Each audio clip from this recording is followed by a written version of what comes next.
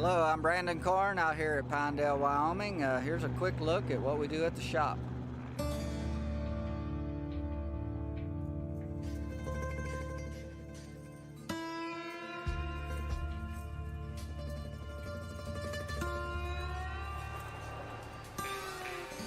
This is our family business. We're an automotive and bus and fleet repair shop. And we've been here since 1948 here in Hearne, Texas. My grandpa built this shop originally in 1948, and this building here that we're in today was a meat locker plant, and we were right next door. And then we gradually purchased this building and moved over here. And so my grandpa, Wilson Corn, originally founded the shop, and then my dad, Larry Corn, and then myself, Brandon Corn. And now my son is in charge of operations here. He's Chevy Corn. He's out there living the good life, flying around. Left all of us here to take on the legacy. I'm pretty much operation manager. I run day to day. I handle all the estimates, ordering all the parts, customer service, scheduling. Pretty much I wear a lot of different hats for this company. Yeah, we do a lot of painting. We paint an airplane or two every year, and we painted mine here. Completely disassembled it and used everyone in the shop worked on it. Yes, sir. What's going on, buddy? Good. What's How your are name? you? Where I'm you Chris. from? I'm from Colin Station, Texas. All right. We did some rivets and stuff like that, and I helped put in the seats, the floor. I did some wiring on it, stuff like that, little stuff. Brandon did most of it though, but It took a lot of help from everyone to complete that project. It was a big project. My name is Samuel, and I have Brandon to assemble the airplane. This is our paint shop. We mix all the colors here in-house and we can match them. We have a digital camera to scan the colors, dial in the color matches, and we use all the top-of-the-line products. There's no shortcuts on paint. There's no such thing as cheap paint. This is my home airport, Hearne, Texas.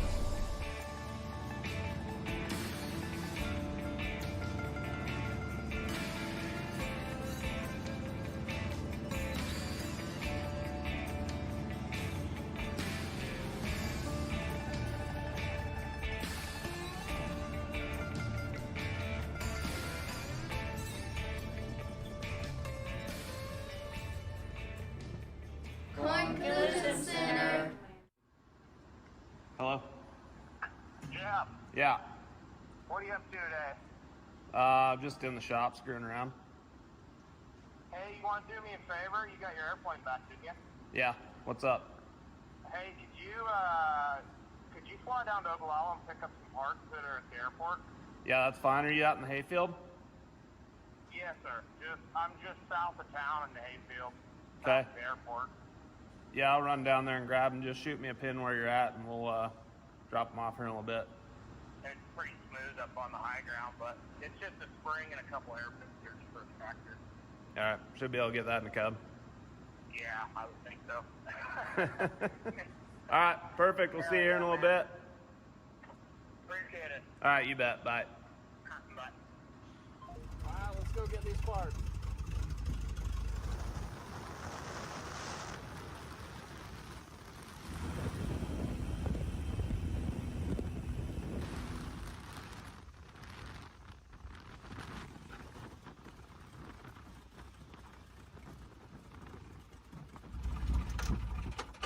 Pretty normal out here. All the airports pretty well know that we live in the middle of nowhere. We're gonna come in an airplane. So they delivered them to the airport for us.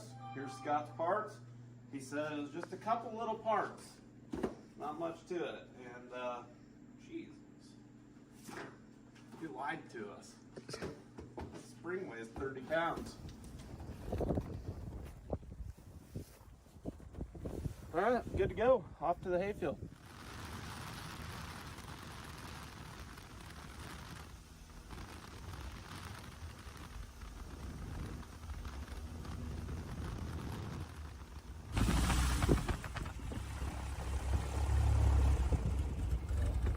Good, I'm gonna give him that one. You're like, thanks, bud. We're back in business.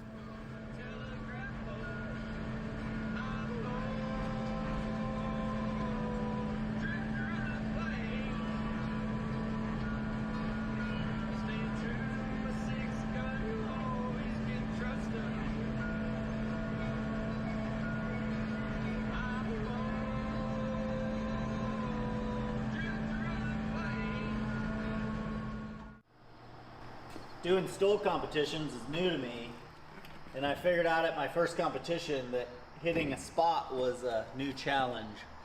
So I bought some cones so that when I practice, I can practice hitting a spot. It's been helping me quite a bit.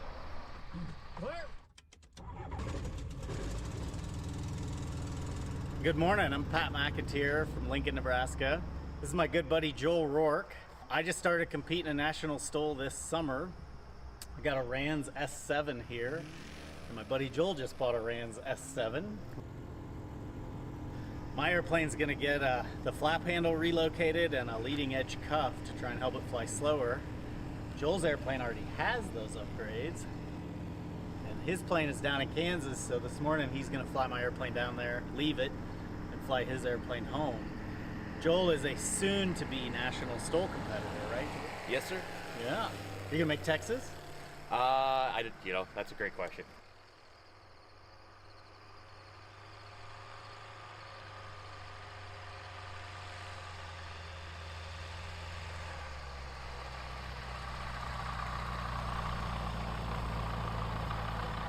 Can't wait to see it when it's done. Dude, thanks for taking it down. Absolutely. It's gonna be awesome. I can't wait to Have see a great it. trip. Thanks, buddy. See ya. See ya.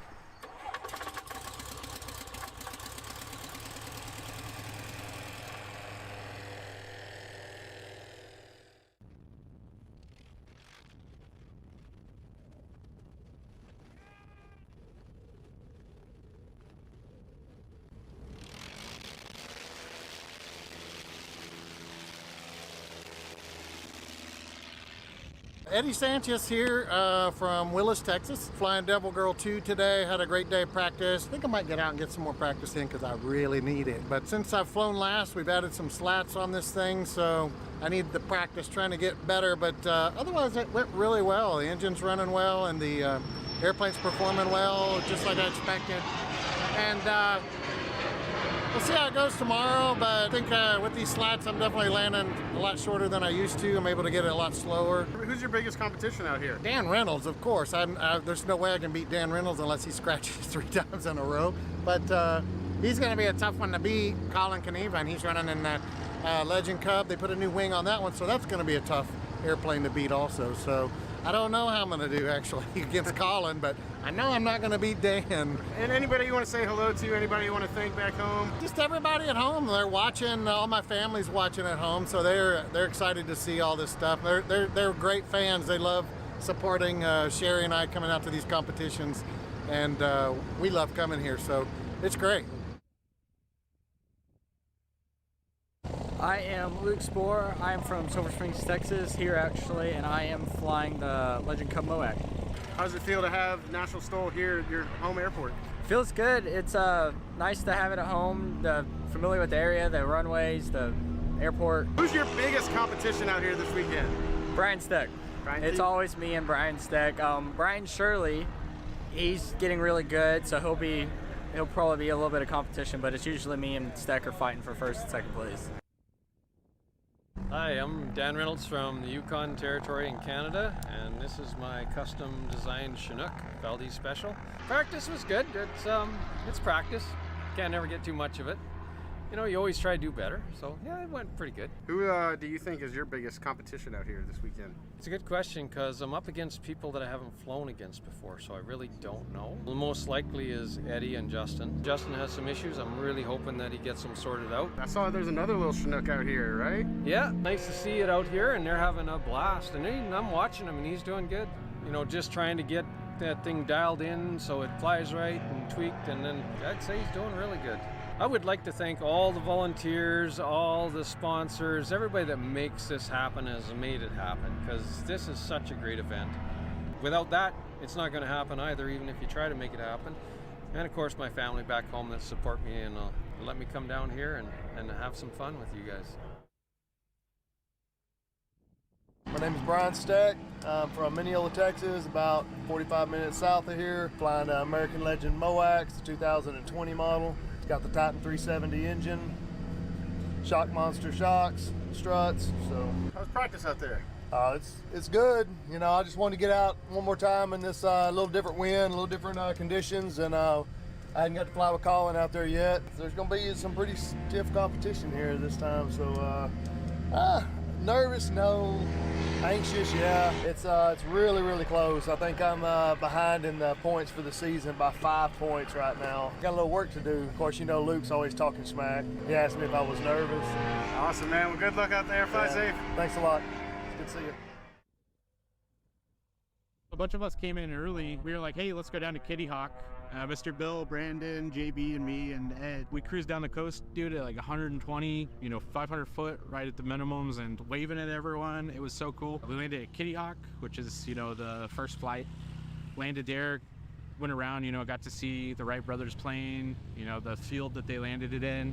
And man, it was an experience. I never thought I'd ever see that place. And it's cool to come out and do this stuff. We went from there down to the beach. We landed, walked out to the beach, sat there talking to all the people that were fishing, man. They're laughing, having a good time. We came right over their cars, landing, hung out for a little bit, put our feet in the water, and then got back up and headed up here. And it was a good time, man. This is what it's about. Like, the competition's fun, but it's more fun to take everyone out and go beach land, go to a couple different places, and just experience the other side of it, not just competition. And it's like a big brotherhood, and a big family. And I'm lucky to be a part of it. Hello, everybody. I'm Jeff Abrams. I'm from Ocala, Florida. I fly a 1965 Piper Cherokee. We call it Piperzilla, the beast from the southeast. Out here practicing today at Lonestar STOL. My practice today wasn't as good as I'd like to see it, but you have good days, you have bad days. Found out for the landing, the runway was pretty soft for my airplane. Got small tires and a tricycle gear, and I'm digging some pretty good trenches out there, I think. Some of the other people may not like that. But so far, it's a good day, nice temperatures, good wind for getting us off the ground, and having a good time so far. Y'all come on out.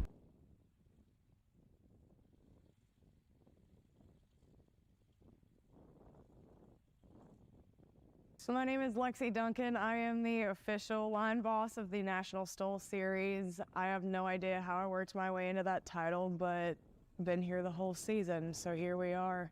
Yeah, so I'm an airport supervisor back in Virginia, and I'm a pilot myself. I fly pretty much anything I can get my hands on. Whatever's available, I'll take it. It's been so fun. I feel like our weather, the wind, has just been so tough every single time. It's always something. It's always something. It's either too much or not enough, and it's kind of hard to do a good STOL event with that. But those guys make it work, and they make it work well. I mean, it is so fun to watch.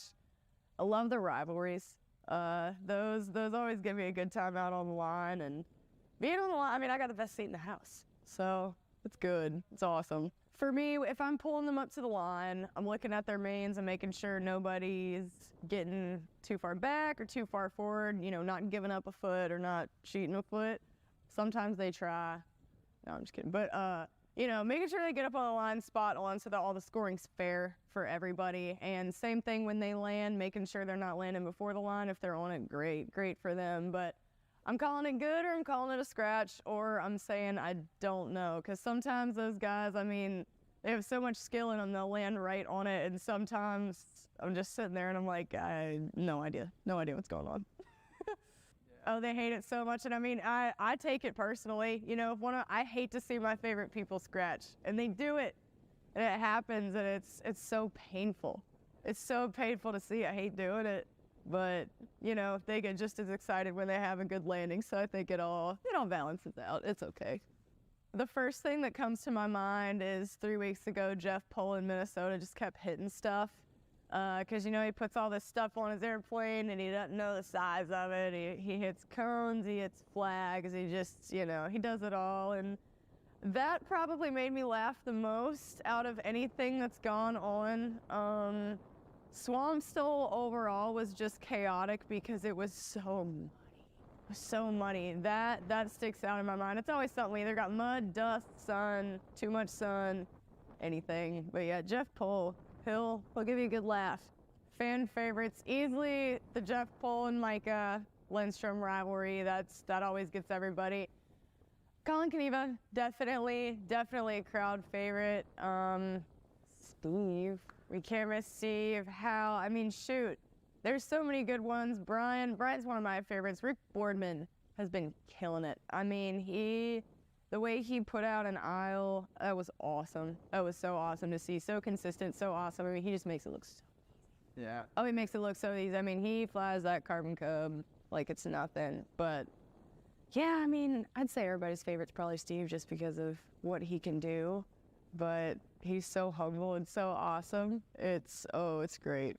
Man, I just want to see this organization continue to grow and continue bringing awareness to what we're doing because, I mean, shoot, when I first started flying, I didn't know this was a thing. I had no, I'd never flown a fat tower airplane, and, the first time I did and started coming to these events, I mean, it was just, that was it. I was like, okay, this is what I'm doing with my life, and, the fact that this organization has done so much and brings a different side of aviation to so many people, whether they're in aviation or not. That's the beauty of it. It's intriguing, it's interesting, it's so fun regardless. And I just want to see the organization continue to grow. And I mean, even just looking at what was going on a year ago compared to what we are now is so phenomenal. So I'm ecstatic to see what happens in the next 12 months, 24 months, continue going on. I can't wait.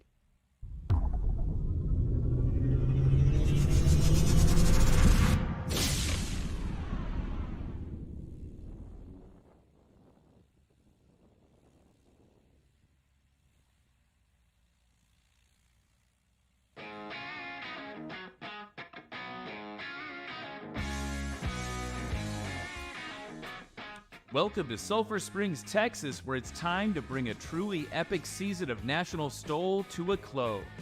Some truly legendary pilots and aircraft flying into the home of Legend Aircraft Company for Lonestar STOL, where later this weekend, the national champions will be crowned.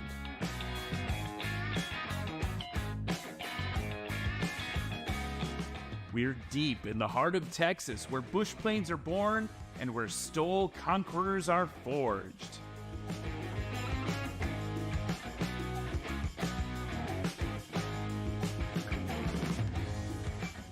If you're new here, don't worry. We'll teach you everything you need to know. Let's gear up for a special Halloween practice session today. Welcome to National STOL's Lonestar STOL 2024.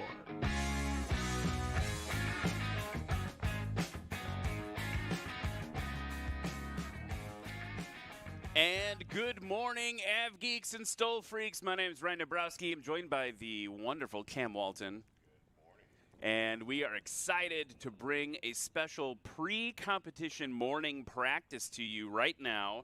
Things are getting really pumped up because we have Lonestar STOL this afternoon, Cam. Yeah. And then we have the national championships tomorrow. Absolutely. And so what we've done is we've got a little morning practice, just a couple hours for people who maybe didn't get here earlier this week due to the weather system that came through yesterday. People that are literally flying in right now, we want to give them time to practice before the competition today. If you are new to National STOL, you've found us at the exact right time because it's the end of the season. We are kicking up the last chance for people to get season points this afternoon. Then the top 5 pilots in each class then can proceed on to tomorrow's national championship. So it's kind of like things are getting heated. Yeah, it's going to be exciting today. Things are getting bonkers. Let's look at the weather right now. Winds 8 knots from 070. It came totally around 180 degrees since yesterday. Sat in on the pilot briefing this morning, Cam, and everyone was like, ugh, no help from the wind today. We've been wanting wind all season. We get it in Wyoming, and we get it in spots here and there, and now when we really need it, it's not here.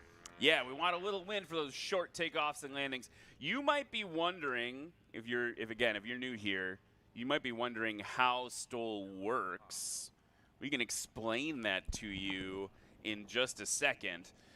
It is basically like your spot landing competition turned up to 11.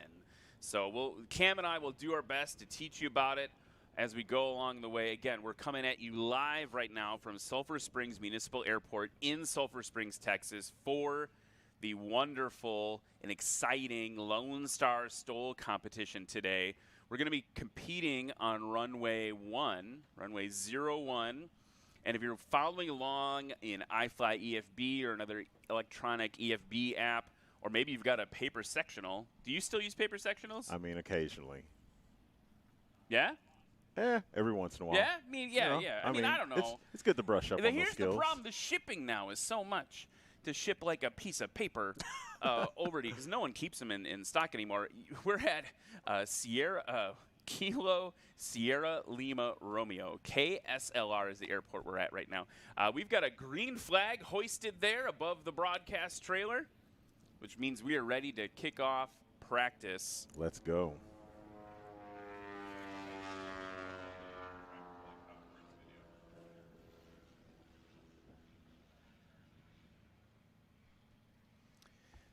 Talking to race control to see when we're getting ready to kick off practice. It sounds like they've got a little bit of radio fixing in the Airboss tent that's got to get sorted out. All right.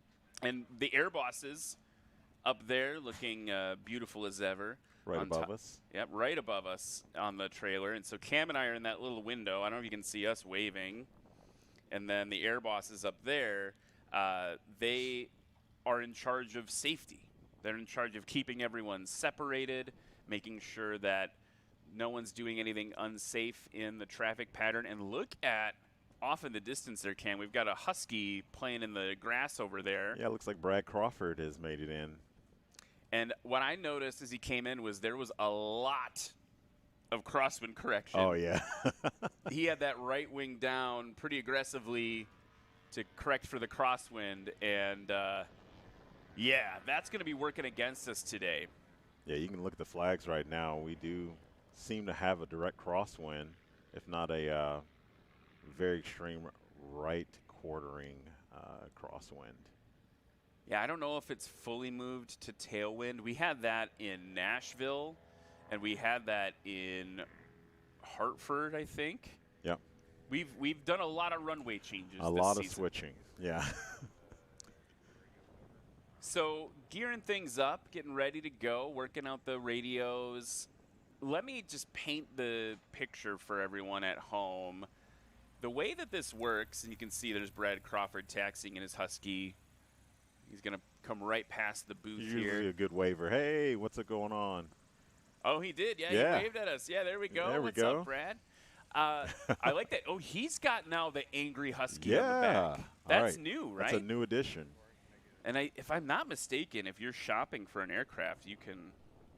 That one I think is for sale. It probably is for sale. So you could probably get some stuff. Jeff Pohl there in Dirty Bird, waiting for his practice sessions. One of the legends of STOL. First time out of STOL competition was Valdez in Alaska. He was just like, I'm going to YOLO into this hard. Oh yeah. I went and did that. So there you see Brad's taxiing into the pits there. So here's how it works. We got this white line that's been painted on the grass, and I just found out last night that like the city of Sulphur Springs came out and painted these lines. That's why they are so perfect. Oh, that's they like awesome. have the people that like paint for like the football, and they take football very seriously in Texas. Oh, absolutely.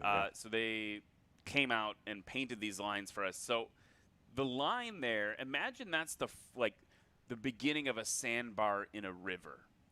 Yeah. So you've got the water before it, and you've got that line painted, and then everything happens from that line.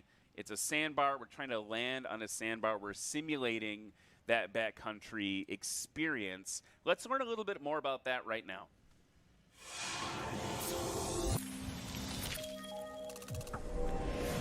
Competing in separate classes to get the lowest score possible.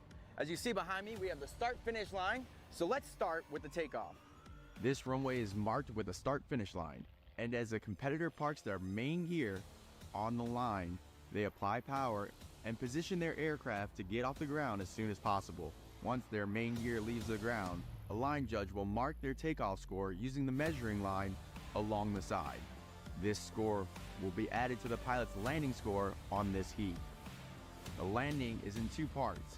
It's either over the line and counted, or if the pilot's main gear touches down before the line, or even touches the line, this heat score is scratched and results on a landing disqualification, and the pilot will have to rely on another takeoff and landing score to get them on the podium.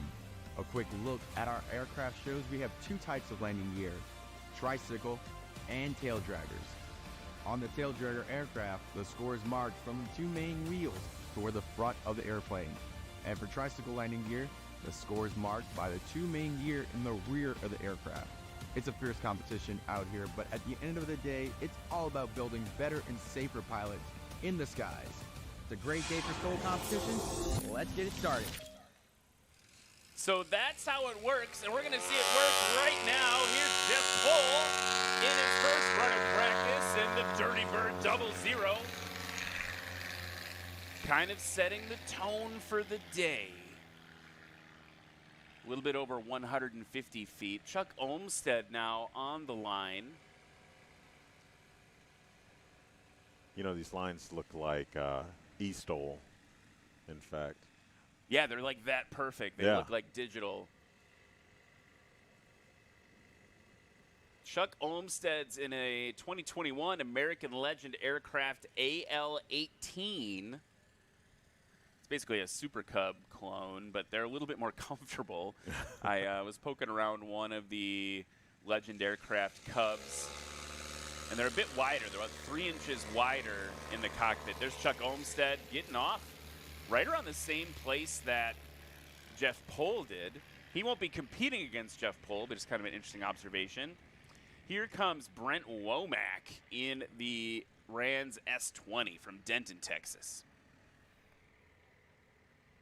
I love his spinner. It's very classic with the spiral on it. Yeah, you got to do that. Yeah. All airplanes need to have spiral spinners, and they all need to have shark's teeth. Oh, absolutely. And then like a red tail. Yeah. So I could bring all the greatest hits from airplane paint jobs. Can't forget D-Day stripes either.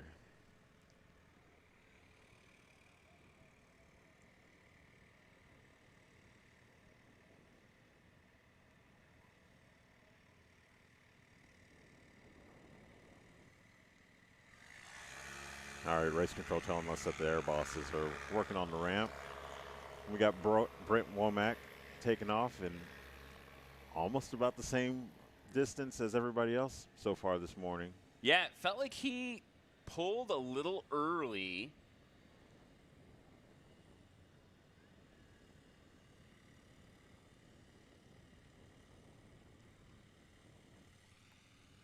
David Curley now at the line. Love those lights, yeah. Those LED lights on the struts. He wasn't here for practice yesterday, so he's got to get one in before we can go to competition. From Spicewood, Texas, that's a modified Rotax 912. And then check you know this guy. This guy, you know him really well. Oh, yeah. Yeah, it's Russ Keith. Yeah, Airplanes and Coffee himself. Russ was on the mic with me for about 7 minutes yesterday. Okay. He had a part he needed to get, the carburetor mount. It's like a rubber donut, basically, that he needed, had broken on his plane. Okay. And so he left. He was just like, see you later, I got to go. I got to get this part. Well, it looks like he found that part. Off a little bit longer. He's going to be competing in the rookie class. His first time competing. Obviously, he's a big friend of National STOL. He's from Louisville, Texas. So what are you looking forward to this weekend? Well, I'm just such a fan of the Badlands Travelers. I just want to see them perform. I'm so glad that we have a different variety of engines with them this week. So I'm mostly looking forward to seeing how they perform since they're the new bad boy on the block. And yesterday in practice cam, I will tell you, they were putting down scores that were sub-unlimited class scores, the Badlands Travelers. But we didn't see Brian Steck practice. Okay. He went in practice, but not during, like, the broadcast practice. Yeah. And that's the wild card, man, because that's the fight. The MOAX versus the Badlands. Yeah. Here's Pohl now. good over the line. Yeah, there that was we awesome. go. We're going to talk about this later this afternoon, but to bring you up to speed on the other thing that we noticed yesterday, the pilots not complaining, because pilots never complain. No, they don't. No, we don't. They did not like the race course. Okay. Because if you look at this taxiway out in front of the line, it's a little bit of a rise, and then it dips down to the line. So lots of folks were touching down on that little raised taxiway part. Yeah. And then, we're in a trough there. Chuck Olmsted with a healthy scratch. It just adds another degree of difficulty to this race course. I mean, there's nothing that's going to be catastrophic that would happen if you hit that ridge. Obviously, they were doing it yesterday. But, I mean, it just adds a little bit more, I did this here, and can you do it, or can we do it better? Right. And I said, oh, I'm sorry, are you complaining that we made it harder for the national championships? And depending who it was, they either continued to complain or they're like, oh, yeah, you're right. Like, separates the aviators from the pilots. Yeah. Okay.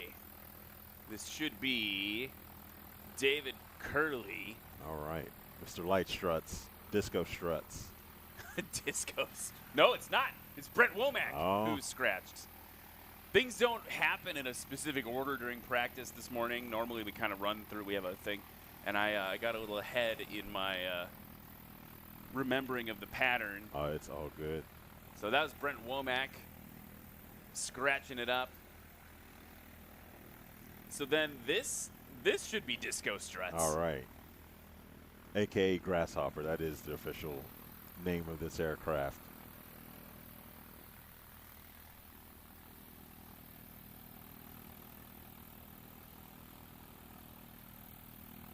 See, he's got flaps deployed, taking the low and slow approach. I can start to hear that Rotax. And nice, healthy scratch. Nice, healthy scratch for Disco Struts Curly. I hope that sticks, Cam. I'm going to lead. That was good. You had a great idea. I'm going to make sure it sticks. All right. You and me together. We're going to make this happen. I'm good on it.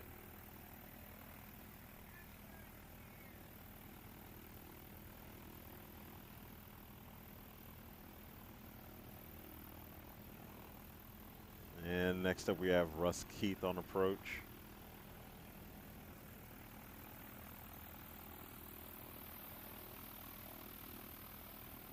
You see he's put in a lot of rudder work. Not so much aileron, which is awesome. That's what they tell you to do. Is use your rudder more so than aileron. And he's scratched.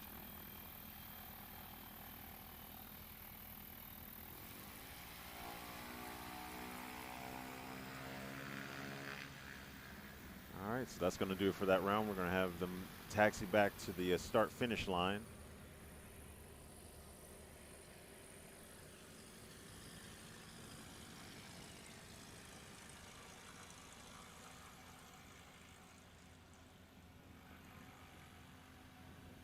I do like the lines on that S21 for Brent Womack.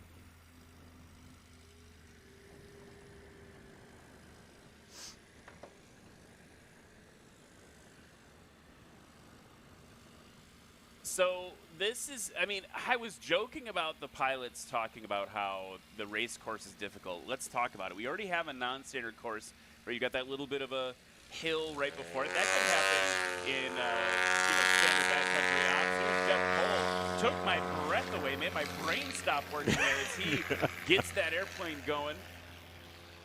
Chuck Olmsted taxiing up to the line. But the other thing is, look at in practice, we've got 5 planes competing in practice right now. Who's the only one on the board? It's Jeff Pohl. Oh, yeah. Who's a very seasoned competitor. Russ Keefe is a rookie. It's fair for him to need to get a scratch on the board. David Curley, not his first time around the block. Nope. Chuck Olmsted was here last year. Brent Womack, same thing. These are challenging conditions. Look at that flag. The flags and the flags, windsock. Yeah. I mean, the windsock is saying a direct crosswind from where we're sitting. So, I mean, it's There's a added degree of difficulty to this course, not only, because of the terrain, but also because of the wind. So we're going to have to do a certain amount of wind correction when they're coming in on approach and for takeoff.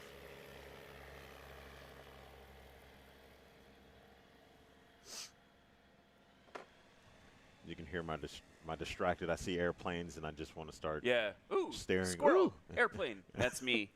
My kids have gotten so used to it. They're just like, oh, airplane. Dad's brain turned off for a second. All right, here comes disco struts coming up to the line. I mean, they are very cool lights. I don't know if those are Aero LEDs, but obviously one of our sponsors is Aero LEDs. I think they should license that from you. Is your idea? Yeah. The Aero LEDs disco struts. Okay.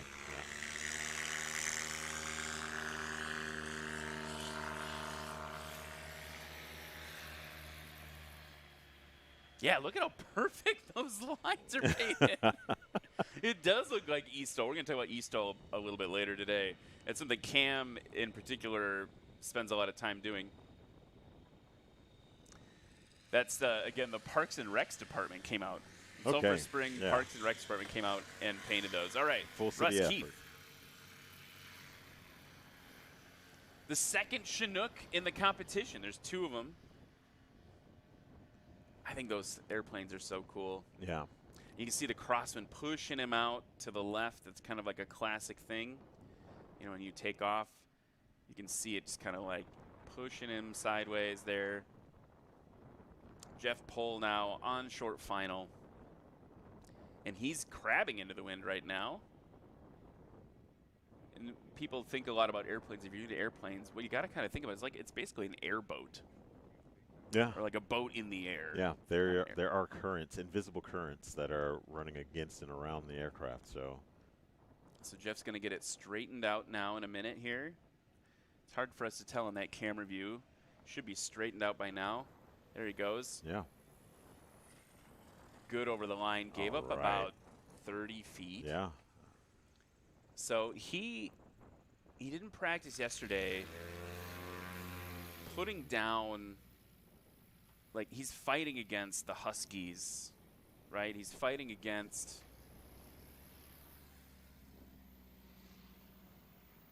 the Scouts. So it's Jeff Pohl in the Cessna 170 later today for a Lonestar STOL against 3 Aviat Huskies and 2 champs, or basically a Blanca Scout and a more modern one, American Champion. Chuck Olmstead with the scratch.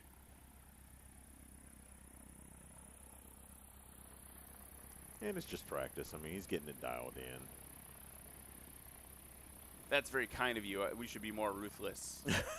No, so Jeff Pohl, though, look, so his score is pretty consistent. First practice run, 333 feet combined. I would say that's pretty solid. That's a pretty solid Jeff Pohl number given the wind. Given the fact that we have no help on the nose at all. He's taking off at about 150 to 160 feet, depending on the landing. 172 to 205 feet. Taking off 161 feet to 150 feet. Landing 172 to 205. Here's Brent Womack getting one in the books. Look at he's got those brakes locked up. Yeah, he's working those brakes for us. So he's going to have one in the books now for practice. And everyone, by the way, because it's an abbreviated practice and we're done in just 2 hours before we take a short break and reset for Lonestar STOL this afternoon, everyone's only getting 2 runs. 2 quick runs during practice.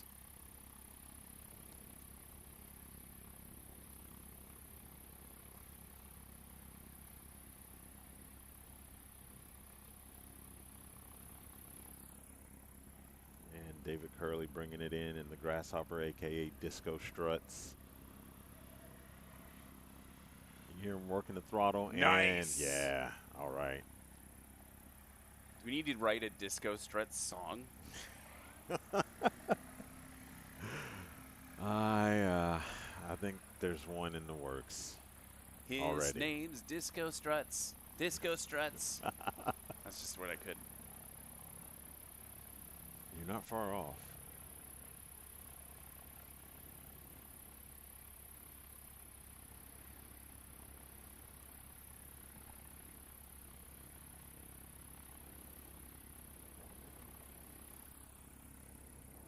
see the correction that Russ is doing in the Chinook. Big fan of that rudder work. Just trying to keep it stabilized. Oh, he's trying to keep it. Ah, and another scratch. And you heard him apply that power. He's like, he knew. Oh yeah. He knew he was coming in too short. Mm-hmm. And so, I mean, this is what we're simulating, right? So imagine. I don't mean to make an example out of Russ, but I will because he's a friend and he'll be fine with it. No. This is the sandbar. Yep, the line. That line is the sandbar. Yep. And Russ there is coming in to go fly fishing. Right. I don't know if he does that. He's doing that now. That's the kind of stuff he does. He's going to go fly fishing. He wants to land on the sandbar, camp on the sandbar, whatever. And he's coming in. He's like, uh-oh. Applies that power. In that, some airplanes here can totally recover from 6 inches from the ground with application of throttle. Yeah. Not a lot of the Rotax, like 912s, could do that, but you're going to see some planes later today that 100% can just, like, brute force it. Yeah, absolutely. He's going to get, long story short, he gets wet, right? He gets wet. Yeah, lands in the water. He's having a bad day.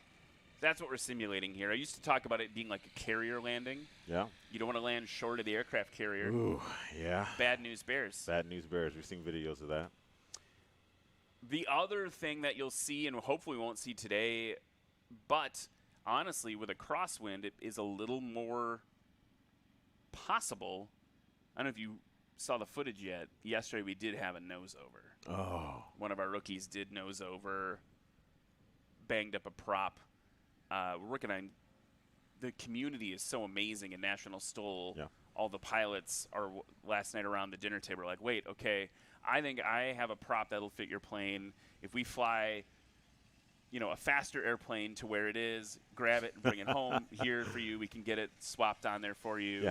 Yeah. There's a lot of support. But Kelly Qualls, talk to me about Kelly Qualls. You know that guy pretty well. Oh yeah, he's one of our hometown heroes. I say our from Arkansas, so I'm from Arkansas. We're actually pretty famous on the Instagram. Every time we're out in public, he runs into someone who asks him, "Are you Kelly Qualls?" And he doesn't like it, but yeah, he's got an Instagram following and great videos of him landing at hot springs. I mean, he puts on a clinic in those videos, so he's going to put on a clinic for us as well. We get to see the outside perspectives that we normally don't get to see on Instagram. Sorry, I didn't mean to. Cam elbowed me. All right, here's another plane we didn't see yesterday. Let me find it on her sheet. I don't recognize this one. Maybe one of the new folks.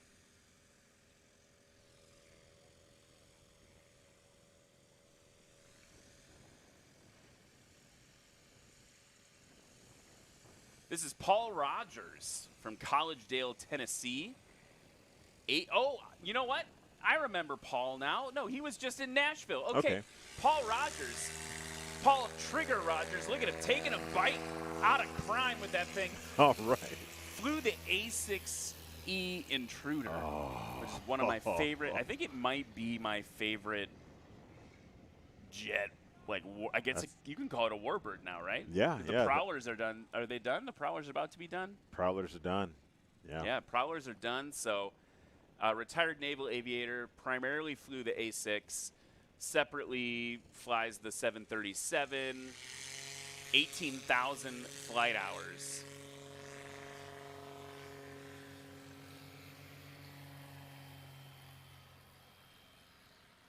I recognize that airplane. It had a different cowling on it last year. That's Jeremiah's aircraft. Yeah, Jeremiah Stapleton in that Rans S20. And now this will be slightly confusing because this is either Pat McIntyre or Levi Nogas. It might be Pat. I'm I'm looking for the mustache. Yeah. Levi Nogas is an amazing mustache. Off very short there, sub 100 feet in that full right crosswind, nothing to sneeze at. Yeah. Lee Boyd in the prettiest airplane you'll ever see. Oh, yeah, absolutely. By the way, I have it on good authority because I was there. Levi Nogas loves Carolina Reaper flavored snacks. Okay. He was challenging me. He was handing me handfuls of Carolina Reaper cheese puffs last night. All right, here we go.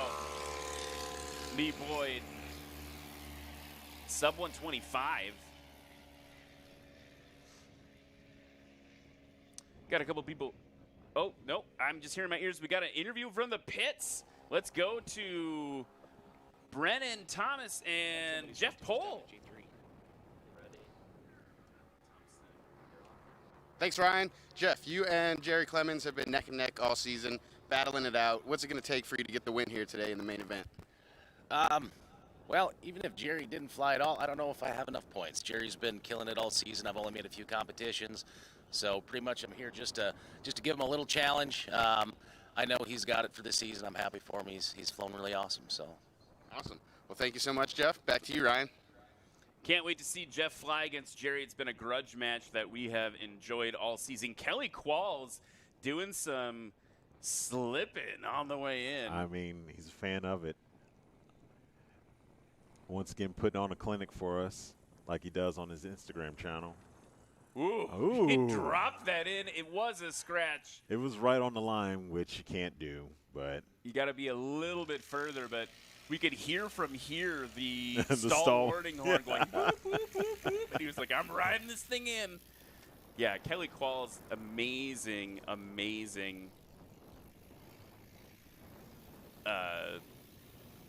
Instagram content channel.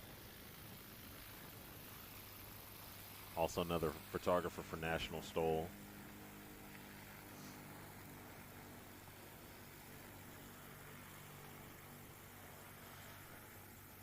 Mr. Rogers putting it down right around the 25-foot mark. Man. A6E. That was the latest iteration of the Intruder, I believe, and they were painted gray instead of the what you saw like on the movie Flight of the Intruder with the old school white and black paint job. Yeah, I think I love them because they were ugly. Yeah. And I also think I love them because of that movie. What were they called? The Steel Tadpole? I think that's what they were nicknamed. Let's look up derogatory names for A6 Intruder. As Jeremiah Stapleton comes in, Okay. a very nice landing. Oh, we can't even Iron Tadpole. say some of these names. Oh, see that? Someone said the name of it. They said the A6 Intruder was called the Buff, but that is not. No, that's wrong. Nope, that's the wrong. internet is wrong. How? What a realization! The internet could be wrong. Okay, here is Levi and or Pat. They're both in it, and Levi and Pat flying together. Race Control is saying they think that is Pat McIntyre at the controls. Woo! All right. Doggy. Oh, my God. 100 foot, Sub less than 100 feet. foot. Yeah, man. That's awesome.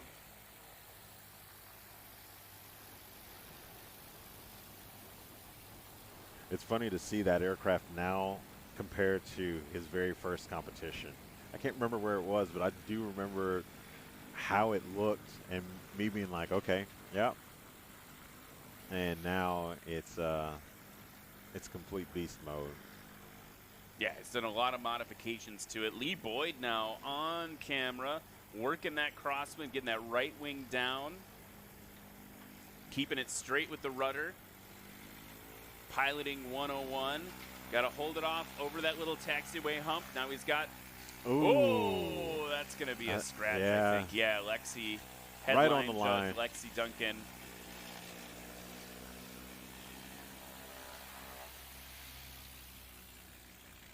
So they're going to come back around for another practice run. Let's see if we have any scores on the board. We did have some scratches.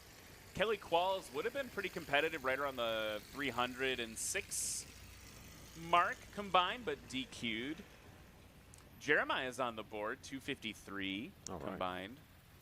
Pat McIntyre 194. So this is how important the wind is.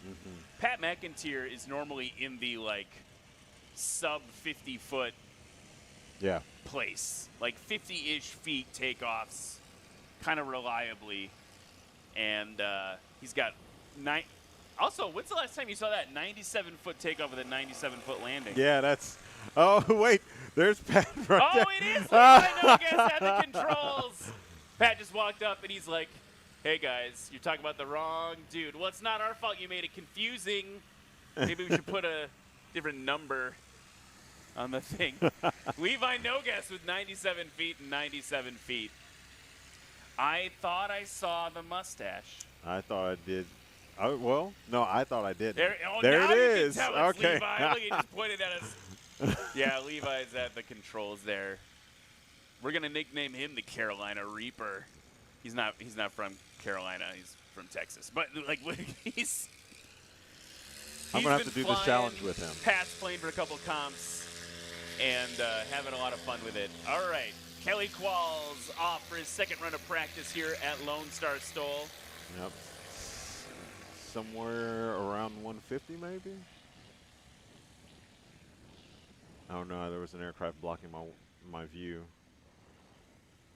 Paul Rogers.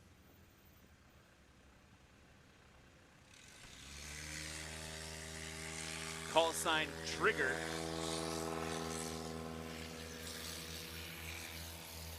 Beautiful takeoff.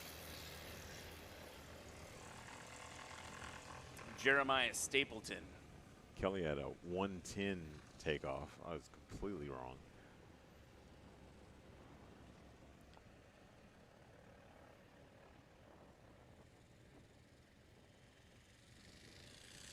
A lot of Texas pilots here right now. Here's Jeremiah Stapleton from Bowie, Texas. Dennis in the chat saying, are the competitions based on engine types? That's a really good question, Dennis. So we organize all the aircraft into different classes, and they are primarily organized based on gross weight. How much weight can the aircraft carry? Then, every year, all of the stats of all the various takeoff and landing distances. Here's Levi Nogas, not Pat McIntyre. Yanking it back. Oh, that was even shorter than last time. What we do is we first start with gross weights, then we go based on what's competitive with each other. So, for instance, normally you wouldn't have the Cessna 170 Bravo model that Jeff Pohl's flying against the Huskies based on gross weight. Right. But because those two are very similar in performance, the judges put them together in that class. So basically, instead of engine, it's gross weight. The engine, in a certificated airplane, you're going to see more common altogether. In the sport class, you're going to see some really hot-rodded stuff here and there. Lee Boyd on the roll. You're also going to see that in the unlimited class, right? We've got some fire-breathing Yamaha turbocharged engines.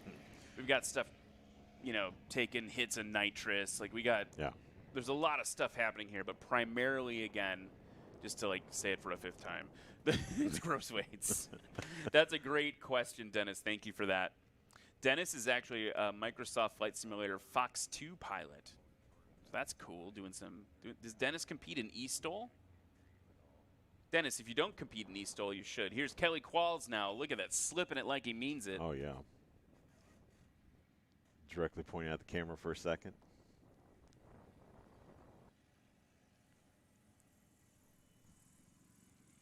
Oh, it's going to be a scratch from him. Yeah, he's got to get a little bit of right rudder in there. There we go. A little burst of throttle to get her straightened out.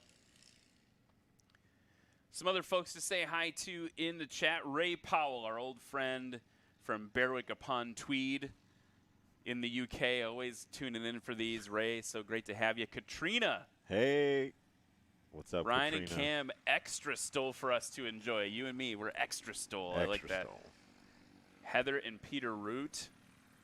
Paul Rogers. All right. Over the line. Good. Now he's got to get it stopped. He came in hot, though. Yeah, it's a little spicy.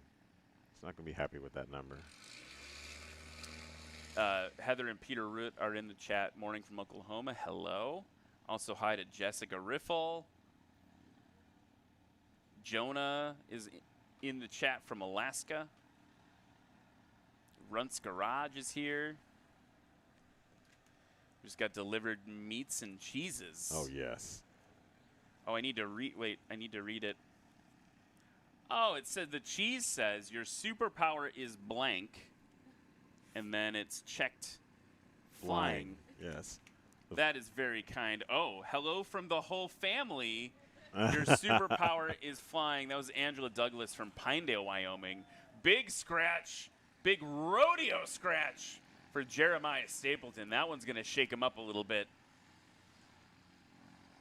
I was Well, thank distracted you. by meat and cheeses. We were distracted by meat and cheese. So Angela and John Douglas put on Rocky Mountain Stole in Pinedale, Wyoming, and they're always showering us with meat.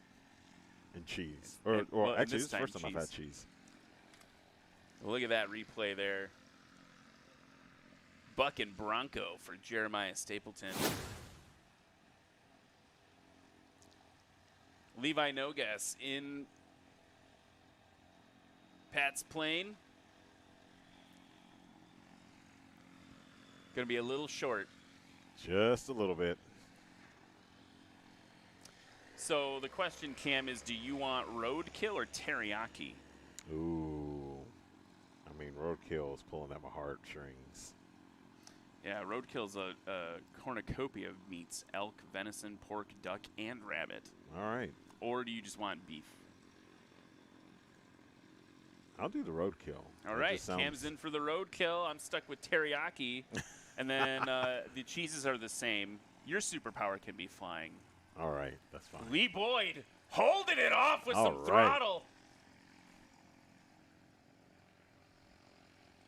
Well done for Lee Boyd. And right now in practice, Levi Nogas putting up the shortest scores with a 92-foot takeoff and a 97-foot landing. Brent Womack and Lee Boyd in 2 and 3. They're all going to be competing against each other. They're similar aircraft.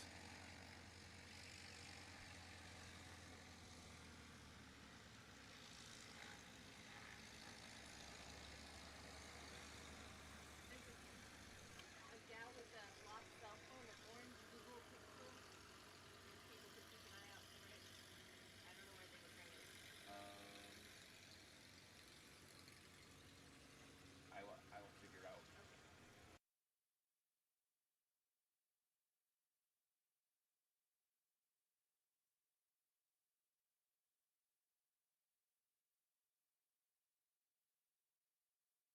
And if you're here in Sulphur Springs, Texas, look for, we've got a lost phone in the crowd. A Google Pixel, an orange Google Pixel phone has been lost.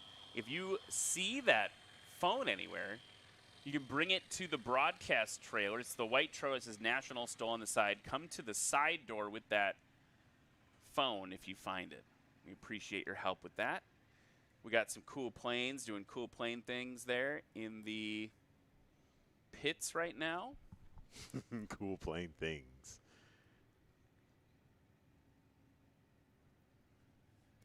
Looks like we're doing some engine warm-up, some oil temp warm-up.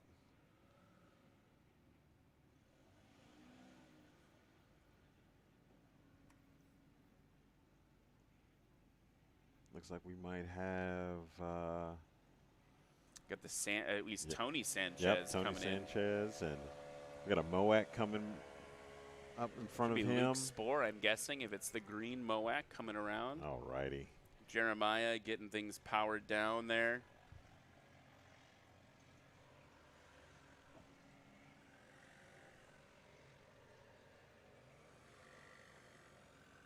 That's Matt Vastine on the line now in his 2023 Just Highlander from All right. Granbury, Texas. I like the paint job on that one. Yeah, it is pretty cool. I like when people do that with the tail, make the tail like that angle there. Oh, with yeah. So for Oh. me, it would be like I would do a black airplane with like a bright pink tail or something. You know, go like 80s synthwave maybe. Oh, okay, yeah. Like some purple into a pink into like a kind of like a ombre kind of deal. Oh, you could do that too. Yeah, I like that. Or you could do like what if you did like a galaxy on the back? If it was just like silver like that with like a galaxy painted. You know, I'm a fan of galaxies. I mean not the airplane. No. Well, yeah, that too. in our case right now, the super galaxy. Yeah, the super galaxy. Yeah.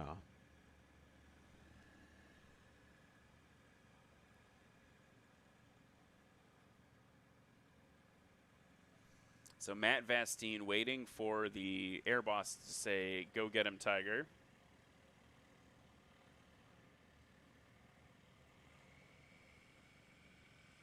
We've seen so many different versions of the Highlander. His version just looks different to me for some reason. I know it's normal fuselage. There's something different about it. It looks shorter than normal to me. So next up, you've got Matt Vastine. We've got race number 43.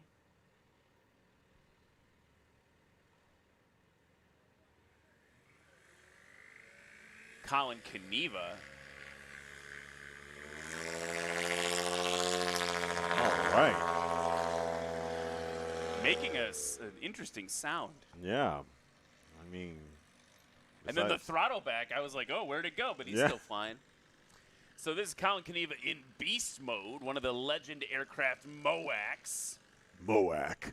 You got to say it like that. Yep. MOAC, the mother of all Cubs. And kind of an exciting thing, a lot of light being shined. And not only is Colin Kaniva flying a MOAC, but I don't know if that airplane's loud enough. Okay, he's off sub 125. Wow. Trent Palmer leaving the Kit Fox and now building a Legend Cub. Yeah, I saw his video from the other day, him doing some fuselage work out here behind us, in fact. But he's not here, right? Like, he's doing some work. Talked to Darren from Legend Aircraft this morning. He said that looking at two different things. Trent's aircraft is about ready to be covered already. Okay, nice. Tony Sanchez. A little spicy, a little windy, a little spicy. Speaking of spicy, here's the other Sanchez, Eddie Sanchez. All right, and Devil Girl 2? Devil Girl 2.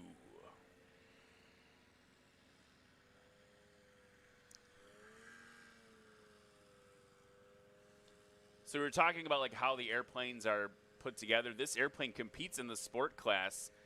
A lot of airplanes in the sport class have 100 horsepower. This plane has 270 horsepower.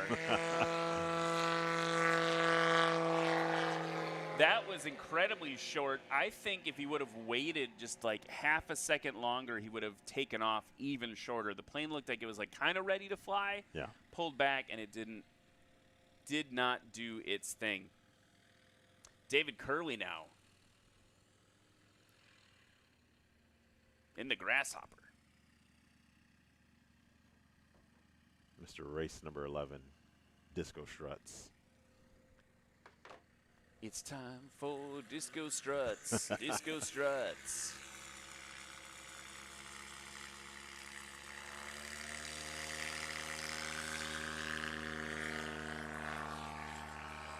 He's working that throttle, doing a delicate balance of keeping himself from nosing over. I don't think that would have happened in aircraft, but it's very, very interesting to watch.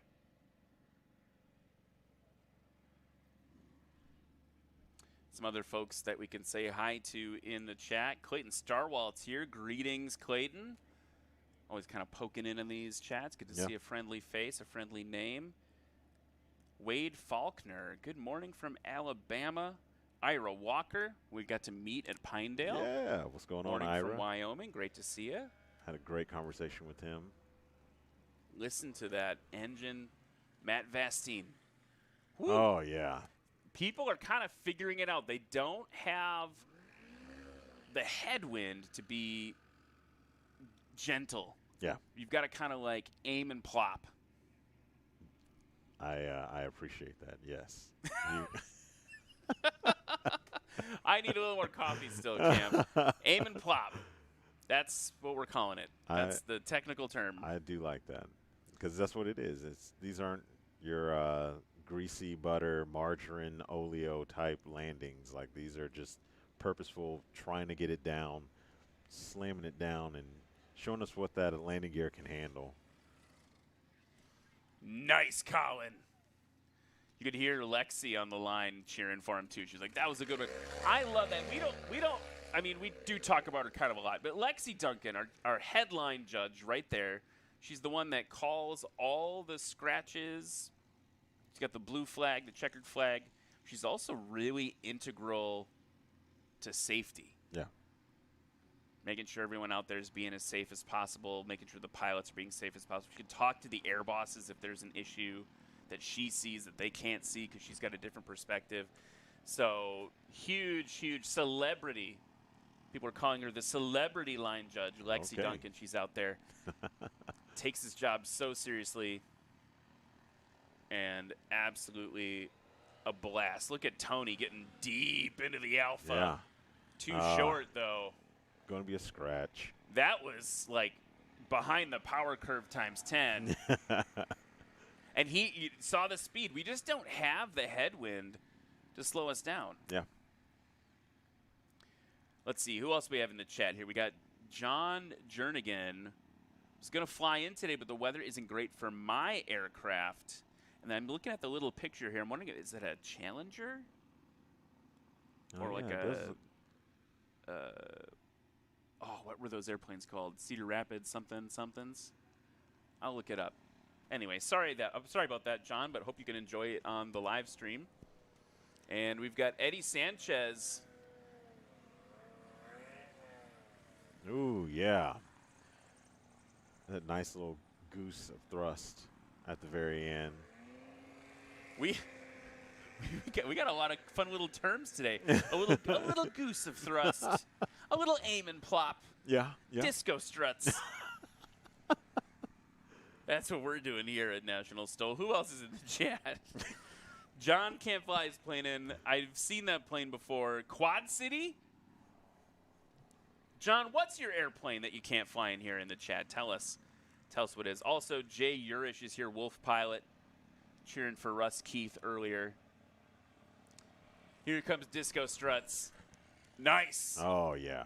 Ooh, and you saw that tail start to go up a little too aggressively. Yeah. Let up on the brakes, keeping that stick full back, that elevator up, trying to force that tail down, give you some aerodynamic braking. Nice play by David Curley. Watch Lexi. Yes, look how excited she is. She loves every single pilot, making sure that everyone's ready to go. Epic.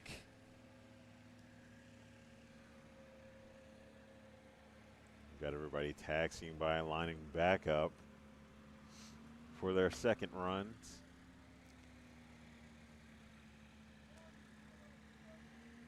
So let's play a fun little game. If you could have any of the airplanes flying in this heat of practice, which one would you do? Ooh, it's a very, very, very hard choice because I do like some Super Stols. But you know, these Legend MOACs are a pretty nice aircraft, and they're made here on this field, so I'm going to have to go with the field choice. Going to go with the hometown favorite, the MOAC Beast Mode. The MOAC. If you could, here's what I'm gonna cheat. Here's what I'm gonna say. If you could put the disco struts on the MOAC. Like, I just want the MOAC one with, like, the lighting, flashing struts. There's Matt Epstein off to the races.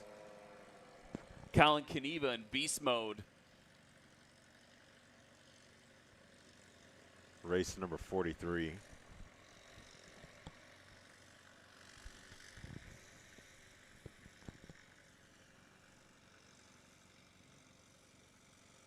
waiting for his goose of thrust.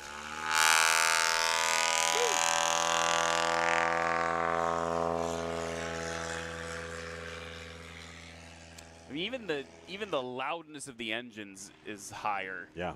In Texas. Tony Sanchez at the line.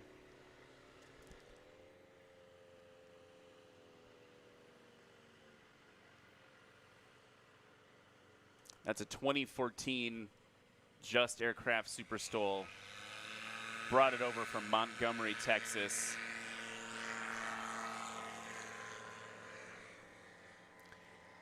And if you are a student pilot, like, pay attention to the control surfaces right now. Like, they're really working, right? Like, watch what Eddie does with his ailerons. He's a 777 captain, right? Yep. So he's on the line now, and we should see some crosswind correction come in. Waiting for his release from the air bosses. He's applying full throttle. And honestly, he did not do any crosswind correction. He's like, I've got the thrust. Yeah. And thrust we trust. I'm just getting off the ground. Disco struts. Okay, look at his aileron there. The right aileron. Ailerons, folks, are the controls that control the roll of the aircraft. And he's got that aileron up. Yep. So keeping that right wing down. Right direction, right deflection. Elevator in the back, stick full back, holding that tail down. He's going to let it come up.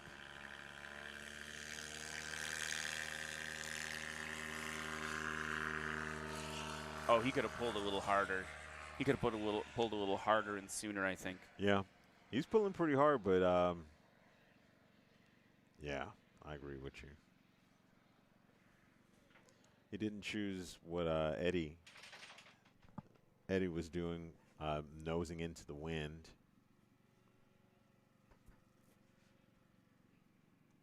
Here's someone with the Rotax coming in.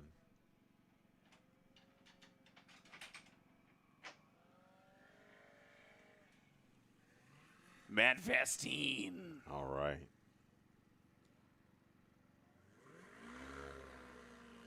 Yeah, sub 125 on that landing.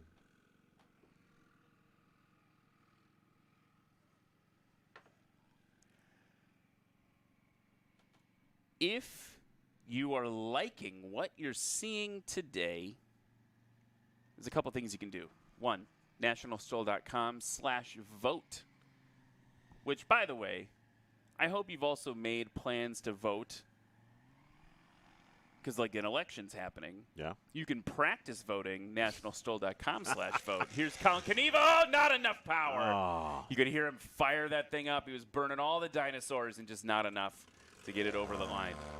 I don't know if you saw, his flaps are incredibly crazy. Big flaps. Big barn doors.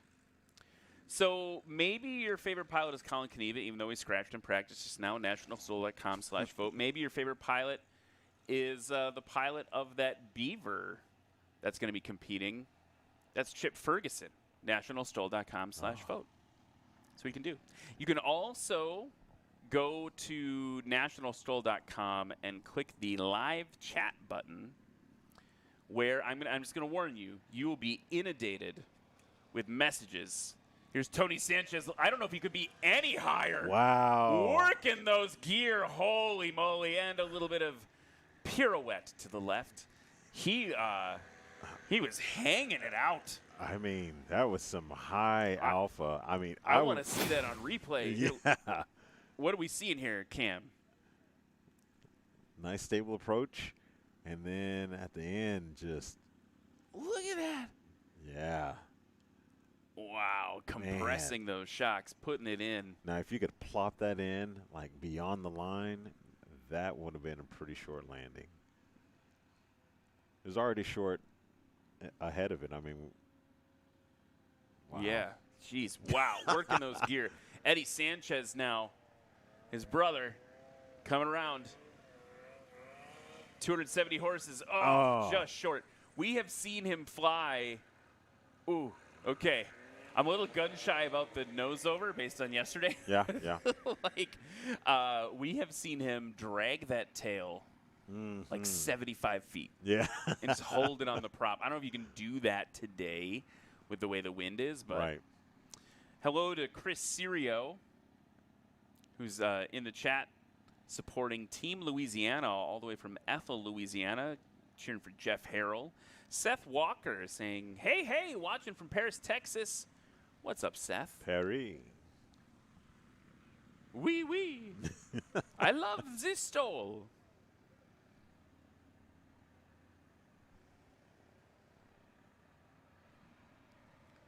Here comes Disco Struts. Nice one for Disco Struts. Oh, man. I hope he thinks that's funny, because if he doesn't, we're in trouble. Well, you came up with it, so you were in a lot of trouble. Oh, yeah, I'm in a lot of trouble. I'll get to hear about it when we're all at Birds. We love this stole in Paris, Texas. All right. Ira Walker, by the way, with a really important message in the chat as well. He's saying, missing Hal Stockman. Let's get him back in the air. Hal Stockman had a engine fire in his brand new Badlands Traveler.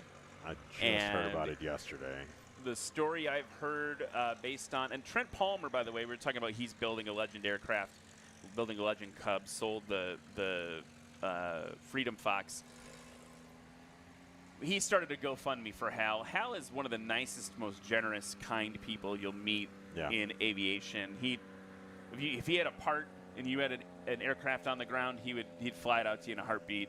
Yep. He'd wrench on you, get you back in the air. He's also just a total master craftsman, master mechanic. The joke going around is that even though he just had this engine fire, I think it was like last week, the replacement plane is probably already about halfway done. Yeah. He's very, very fast to manufacture and fabricate. But so we had an engine fire. The word on the street is that, according to that GoFundMe, is that the engine fire occurred at about 3,000 feet above the ground. Oh, wow. So he was up higher than most STOL pilots hang out. Yeah. Airplane's on fire. Got it down on the ground safely. He wears a flight suit, which I'm sure had part of this. He always wears a flight suit in cockpit. He had a little bit of a burn to his ankle while he was flying, getting it on the ground, but was able to get out of the aircraft safely and then had just a few seconds before the whole aircraft went up, so to get some stuff out of it. So there's a GoFundMe set up. You can go to National STOL's social pages on Facebook or Instagram to get a link over to that GoFundMe, make a donation to help get Hal back in the air. That's actually, he's had kind of a rough year with aircraft losses. Yeah. He also, his previous plane, the White Rans S7, also had a mishap. So it's just kind of two hits, one right after another, to the absolute best guy. So let's get him back in the air. I agree, Ira. Let's all work together to help someone who is taking care of us so well. Yep. And get him back in the sky. Okay. John McCardle. Oh, yeah. In the mall. Behind him, Brandon Korn with a little burst of throttle, trying to establish dominance. Another good battle to watch out for between the both of them. You know, and I gotta feel like if you've been watching this season, you know, the grudge match between John McCardle and Brandon Korn, it's so good-natured, though. Yeah. You know, Brandon almost has been encouraging John to beat him. He's saying, you've got the lighter airplane, the louder airplane right now. I remember we did an interview and Brandon Korn said, I mean, McCardle should beat me. Should. Keyword. And I thought that was a nice flex. Yeah. But he's rooting for him, which is kind of interesting, right? You've got Brandon Korn is the defending national champion. Yeah. In the touring class for National STOL. And he's basically encouraging the guy who's maybe going to beat him to beat him.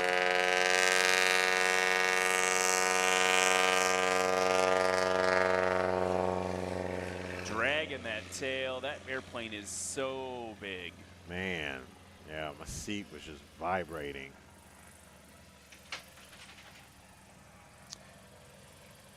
Luke Strandland. And the Murphy Super Rebel. There's another airplane that is huge. Yeah.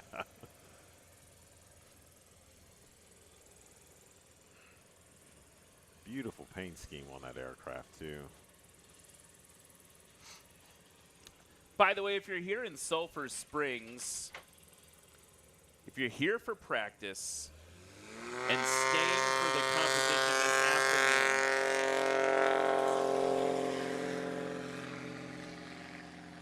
please go to the merchandise tent to scan your ticket or to purchase your admission. So if you're here for practice, watching the practice right now, make sure you go to the merch tent, the National STOL merch tent, and get your ticket scanned or purchase your admission. Here is Chip Ferguson in the Beaver. Cam's got his phone out. How could you not? That was me yesterday.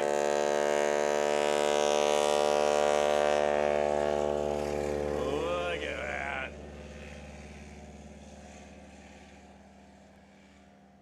And Cam, did you notice the vortices? The vortices coming off the prop. Oh, that was cool. Yeah. That was cool. Look at that thing. The sound of round.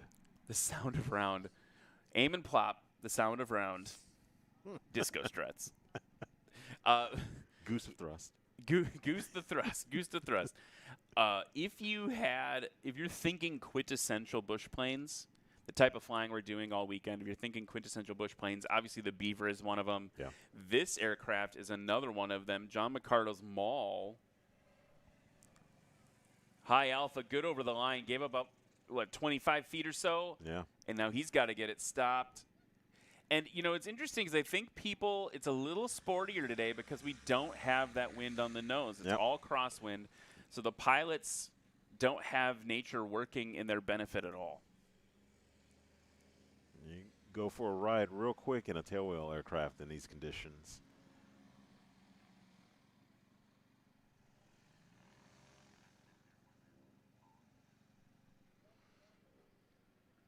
Brandon Korn.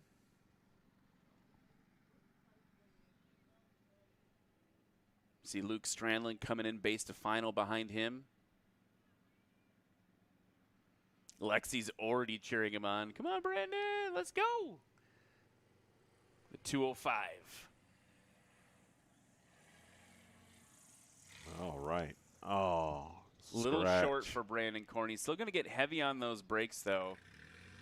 Little bit, I wonder sometimes in National STOL where I wonder if those tail draggers have a benefit. Let's go to Brennan now with Colin Kaniva in the pits right in front of Beast Mode.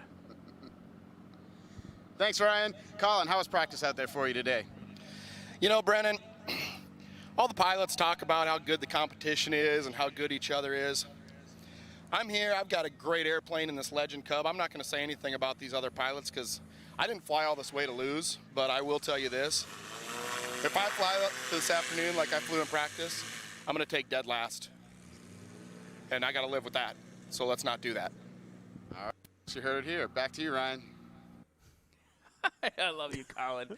Something happened in the booth just now because I realized you maybe didn't know about that. I didn't know about that. Yeah, Luke Strandland put a reversible pitch propeller on his plane. He whipped that thing out at practice at Music City STOL. Surprise! Oh, wow. All right. Yeah. My cat confusion face was in full effect. Like, absolutely flummoxed. Cam was like, what is happening? Yeah. He did that, and then one of the air bosses got on the frequency and said, oh, looks like there's a new sheriff in town. Here comes the Beaver. Yes. Nice over the line for the Beaver.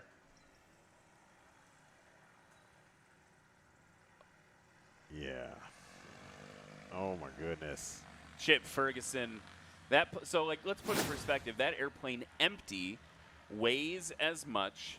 Check out this replay. So smooth. Oh, I don't know if he could have been any more accurate than that. I mean, wow. That airplane weighs as much empty as the full gross weights of the other airplanes it's competing against. So you could load up a Cessna 205 with all the the kitchen sink, everything. Yeah. And the maximum amount of weight that the airplane and all the stuff you put in it will weigh as much as the Beaver does just sitting on the ramp. I just want to and it's and the number is 3,000 pounds. It's a 3,000 pound empty airplane. That's before gas. That's before chip sits in it. That's before you put your wife and kids and your the moose you hunted into it.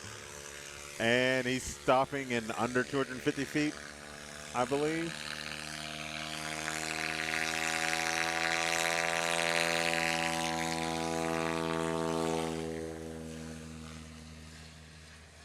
Okay, so under 300 feet. Yeah, I mean, still, a 3,000 pound empty weight airplane under 300 feet is stupid. And I mean, his takeoff is 295 and his landing was 296. So I mean, you can't ask for that kind of performance. I think, and help me remember, but I think that may be the heaviest, physically largest airplane we've ever had in competition. You probably can't even hear me over the roar of Brandon Korn pulling a little early, bouncing down the runway we measured from the last time it touched down. Whew, that was an ear bleeder there. Here's Luke Strandland now in the Murphy Super Rebel.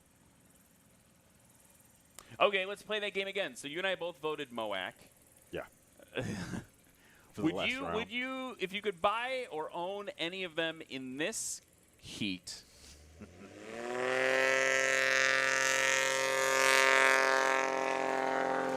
Luke Strandland off.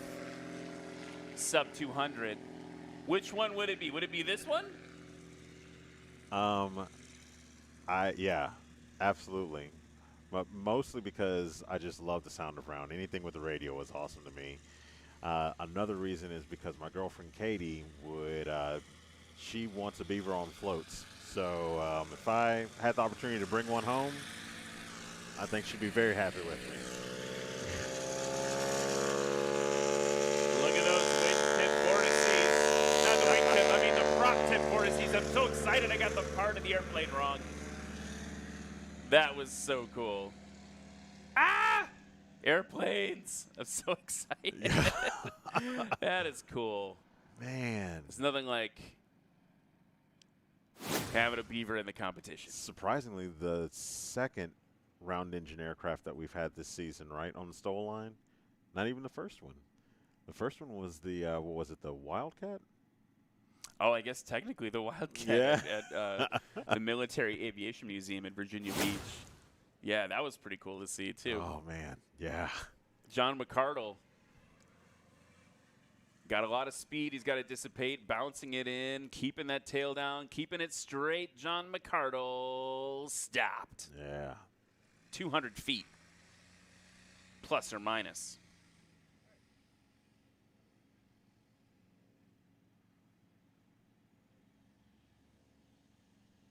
I really need to get down on the field and see where that ditch, that ridge on the line is, and how wide the actual flat surface is. Because, I mean, yeah, you can see that it is very challenging to hit that mark and keep it straight, especially with this. It's a light crosswind, but it's still a crosswind, and these aircraft are, especially the tailwheel aircraft, are just wanting to reverse the tail in that direction from where the wind's coming. So here comes Brandon Korn. Oh, too short again for Brandon Korn. That's 2 scratches in a row for the defending national champion of the touring class. Luke Strandland just like hanging it out way up in the air. The National STOL officials actually talked to him this morning during the pilot briefing. They said, you know, you're very high alpha, very high, and we'd like if you could wait a little bit longer before you engage that, so that we've got a little more margin for error. Yeah. Oh. Okay. So what did we see right there? We saw him come down. The tail got a little bit higher than I think he wanted it to. Let's watch it on the replay right now. So a scratch, tail's coming up, and we heard him get ready to engage the reverse pitch. I think we heard the propeller switch pitch angle, but then that tail's coming up, so he's got to get some wind over the tail, right? Yeah, so he had to let up on the brakes and give it a little burst of throttle. Here's the Beaver now. That thing is so big. It's just so big. Yeah.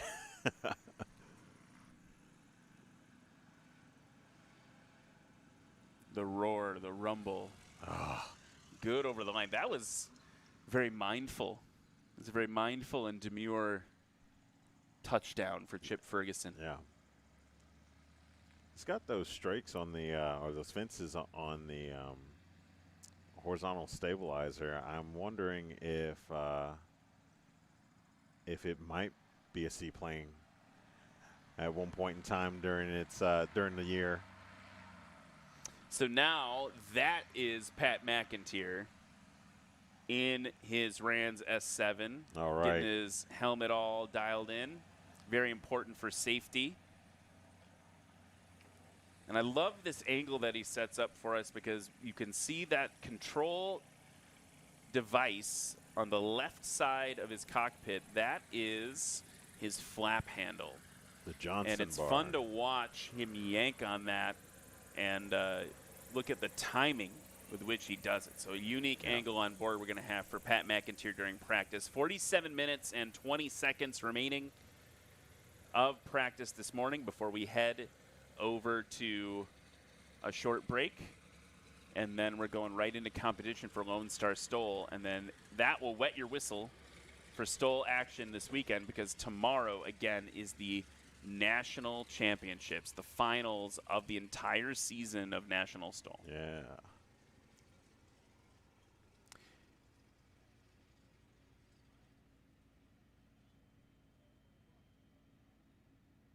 Looks like we've got,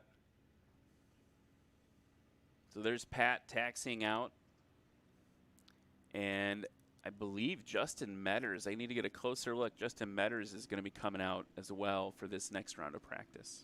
Can't wait to see him. And perform. Glenn Always Roberts awesome. sneaking in as well in the champ. All right, yeah. Glenn in a pretty close iteration of the champ to what I actually have. He's got a 90 horse.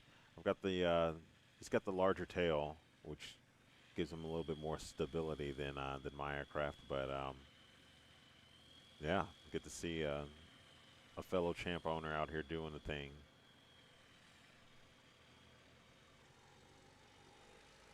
And it looks like Rick Boardman is part of this line of aircraft. Steve Henry may also be practicing this morning. We'll see. Obviously, he's a crowd favorite.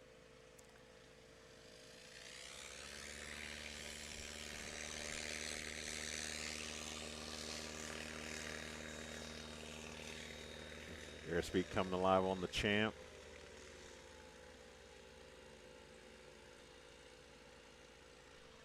I mean, about the same distance as the Beaver. I mean, from my eyes, from what I can see down here. How does it compare to when Cam Walton's flying the champ? Fairly close. Yeah, I mean about 300 feet. I can get it off in about 300 feet. Okay. Sorry to interrupt. We almost just saw a sub 75-foot takeoff. It was it hung on a little bit longer, but Pat McIntyre out for blood, ready to go. Oh yeah. And that's kind of mean to say about him because he's a very nice guy. He's a veterinarian, taking care of everybody. Here is Justin Metters. Look at the giant flaps, lowering the tail down for more angle of attack.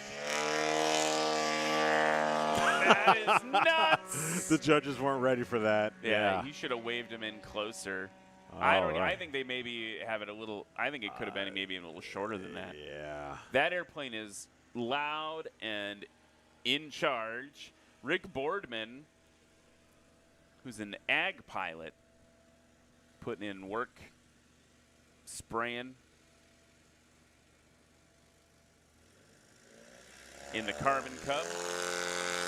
Here he goes. Nice. All right, Rick. So Yeah. let's put that in perspective. You know, Rick Boardman's working with a lot less horsepower than Justin. Justin is. I mean, yeah, absolutely. And Keith Lang now in a Super Cup. Nice. Now look at that. Oh, man. He's got one of the maybe the second oldest plane and taking off the shortest, I think. So it just goes to Keith Lang. Yeah. All right, let's head over to the pits. We've got who do we got there? We got Brennan with John McCardle. 5 seconds. Thanks, Ryan. We're here with John. John, what kind of skills are you trying to practice out there while you're flying out here in this practice session? Well, there are a lot of scratches yesterday. I scratched 2 times, so just really working on focus on getting over the line, not hitting the line. My takeoff should be better than those guys, so I just don't want to scratch right now. All right. Well, thank you. It's back to you, Ryan. Yeah, we had a lot of scratches yesterday. I don't think I've ever seen so many scratches on the scoreboard yesterday, Cam. It was like triple scratches yesterday. over and over and over yesterday. We do have a lot today, too. Here comes Pat McIntyre. kind of interesting that during the interview we've got Pat and we've got Glenn that landed before him, all team Nebraska. Scratch for Pat McIntyre. Yep, you had Glenn Roberts in the champ coming in. Look at that, Pat. Just short again. Everyone's coming up. That's the other thing about the scratches yesterday during practice is everyone's coming up just a little short. Yep. Like a foot, 2 feet. It was either you scratched by touching the taxiway because you were too low and you weren't expecting the rise, or you scratched literally like a foot before the line. Justin Metters. Look at those flaps. This is huge. Yeah. So much horsepower on that plane. Good over the line. Man. Now, here's folks who don't know. Justin Metters is a name, if you're maybe into air racing, you maybe have heard that name before.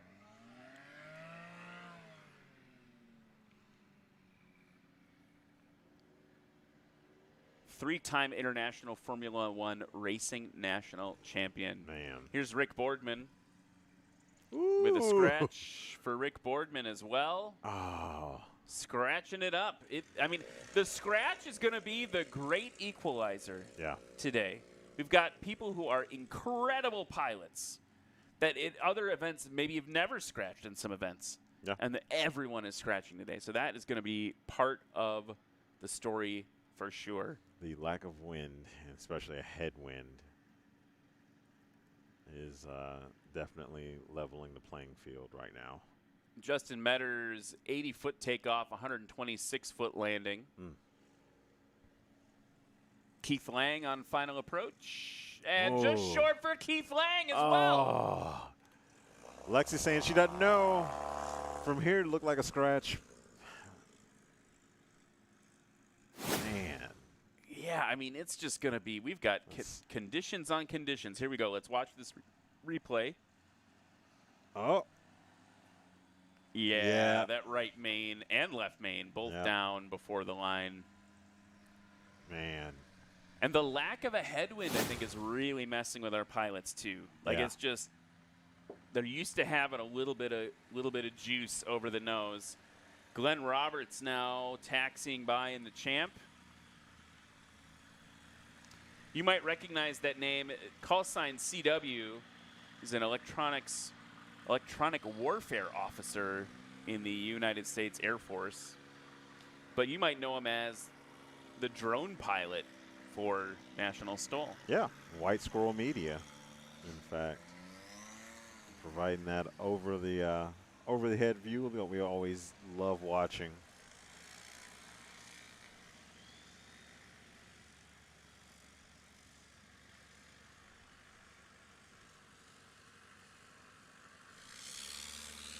Here he goes, Glenn Roberts on the roll.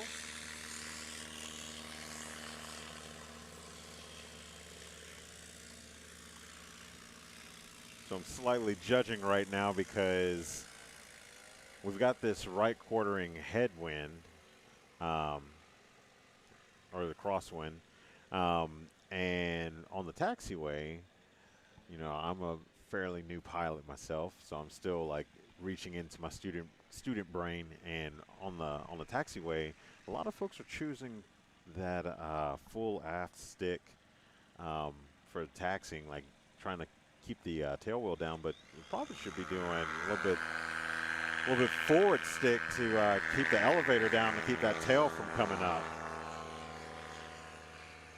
I saw Keith doing that. I think he was the only one doing it on the taxiway. Talking about climbing into diving away, that rule. Yeah. Fly it while it's on the ground. Here's Rick Boardman, race number 94.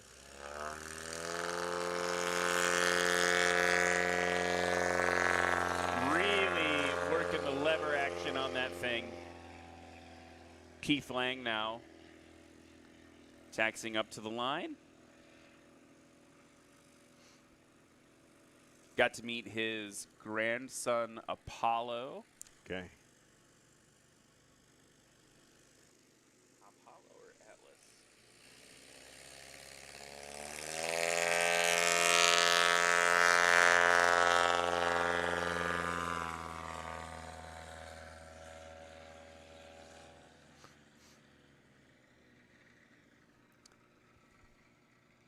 Justin Metters, ready to go. Lower. I love watching that. I know Steve Henry does it too. It's just so cool to like release all the pressure from the tail wheel.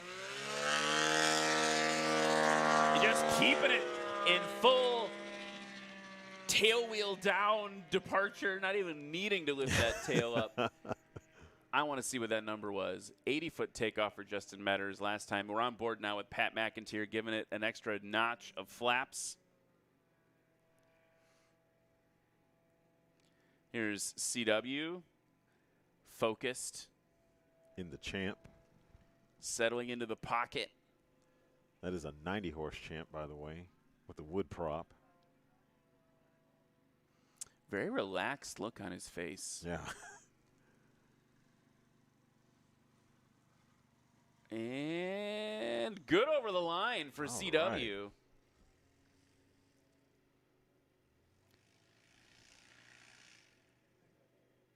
Very nice. He was happy with that one. Yeah, good job, Glenn. Yes. Glenn's one of our rookies. His second competition he's flown in the Champ. Now, over the shoulder of Pat McIntyre, working those flaps. Also Team Nebraska.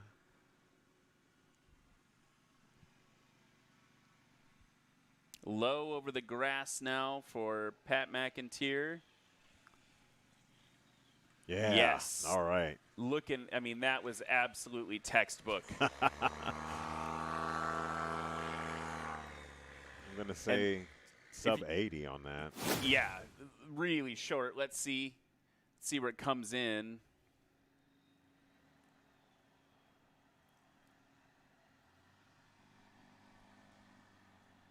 $87-foot takeoff on that run.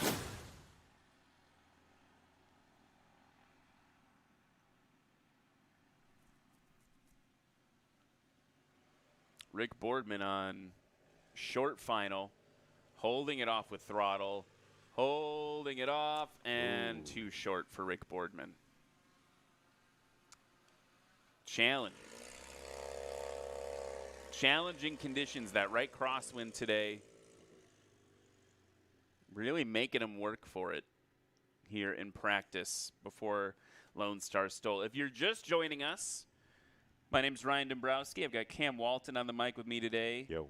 And we are so excited to bring you Lone Star STOL, part of the National STOL 2024 season. We're in practice right now, open practice before the competition later today. Keith Lang now. Oh, man. Also too short. He's like, I'm not going to stop. The great equalizer, the scratch. So today is Lone Star STOL. This afternoon, we're going to kick things off a little bit after noon, and then tomorrow the national championships. All comes down to this. Justin Metters. By the way, I don't know if I mentioned yet, Justin Metters controlling this airplane completely with hand controls. So everything's with his hands. Little short for Justin Metters there, but close. So he's got one stick in his hand that's throttle, rudder, and left brake. I hope I'm getting this right. He explained it to us yesterday. And then his right hand is the normal stick plus left brake or right brake. So he's got differential braking between his two hands. Let's go to the pits now. Brennan's over with Brandon Korn. 5, 4, 3, 2, 1. Thanks, Ryan. Brandon, you just got finished practicing. How are the weather conditions out there right now? Well, we're dealing with a direct crosswind, and we have a sloped runway here at Sulphur Springs, so that wind just ducks right under your right wing, and it'll just make it drag all the way down the runway on your left tire. So be really cautious of your cross controlling and keeping the airplane straight and level on departure and landing. And it really falls out on landings because it has a little gust. And so when you get it really slow to flare it hard at the line, it'll just give up on you. So it's going to be a tricky day, but it's going to show a lot of pilot skills out here today. This is all pilot skills today. Yes, sir. All right. Thank you, Brandon. Back to you, Ryan. Thank you so much, gentlemen. And Brandon's got it absolutely pegged. It's all down to pilot skills today. And honestly, you know what? If we're going to end the season this weekend, I wouldn't have it any other way. Yeah. Yeah. Full showcase of doing that pilot stuff. Getting ready for one more run through practice here. Robbie Staten in the chat says, Hey. listening while building another Javron. Seen it in the shop. It's coming along.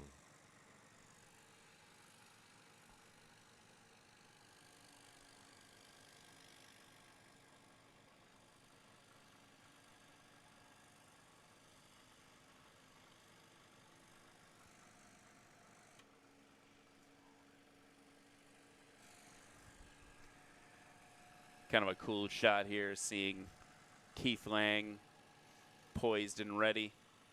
Justin Metters right behind him. Russ Keith in the chat as well. After flying, he says, I have a lot to learn. What's important, he's out here putting in the work. Yeah, absolutely. Getting that practice in.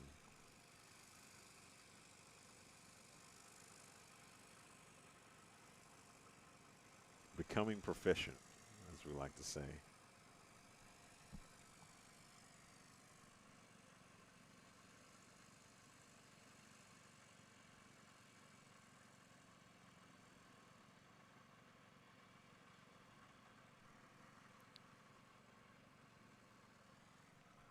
So let's take, I think we've got another camera angle to look at here. I want to kind of explain something kind of cool.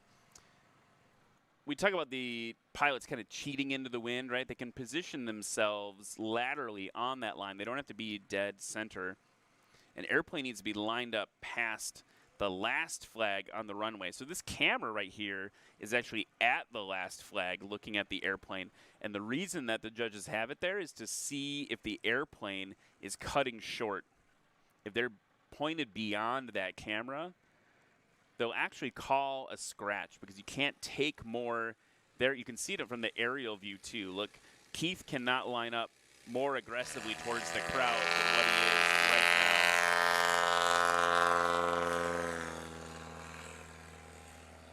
now. Nice takeoff for Keith Lang. Justin Metters. Again, he's used to going fast. He's won a whole bunch going fast. Now he's out to win a whole bunch going slow. And look behind him, waiting in the wings, race number 44. All right. Okay. That looked to me like sub 50 feet. The judges are just over 50 feet. Yeah. That is That was short. Okay. Yesterday, we had takeoffs around 20 feet. Oh, he's just dropping that tail down. I don't know why I think it's so cool. It's just really cool to see. Steve Henry, everybody, race 44. You should be plugging your ears a lot. This is a loud day. Sub 25 feet for sure in practice for Steve Henry. Tony Sanchez coming out to play now. Get a little more practice in. I don't know. I think it looks so cool when he sets the tail down because it's almost like aircraft on the carrier, like lining up for the catapult. Yeah, like kind of like the crouching.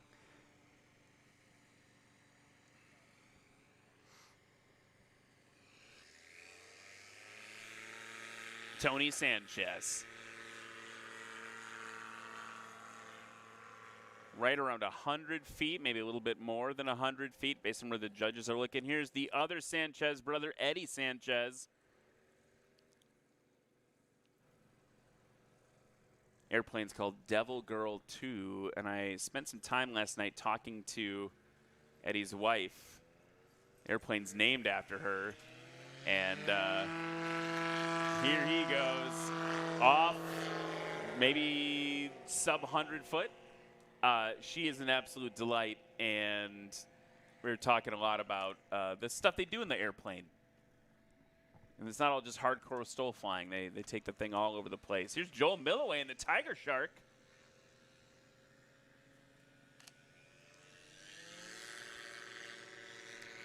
Good to see him.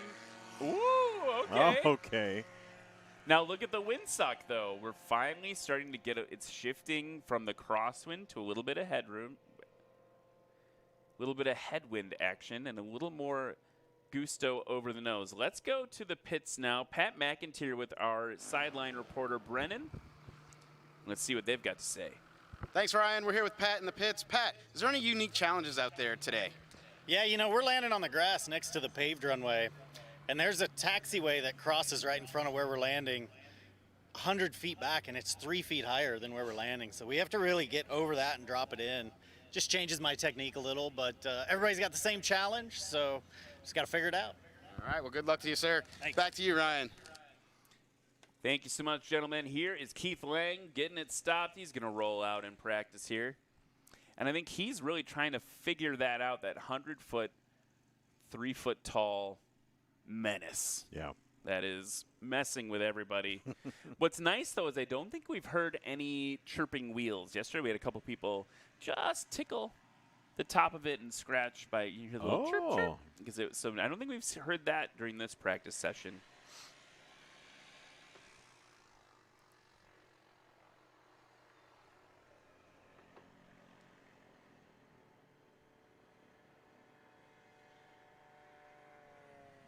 Love the sound of Metters' aircraft.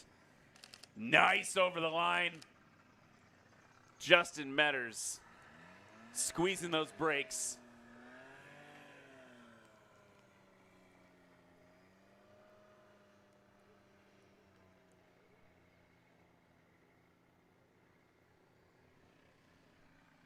Justin's takeoff, that run around the pattern, that was a 52-foot takeoff, 107-foot landing.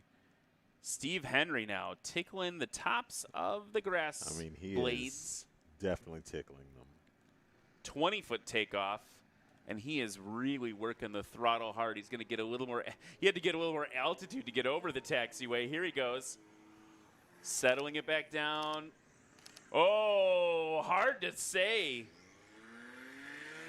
Man.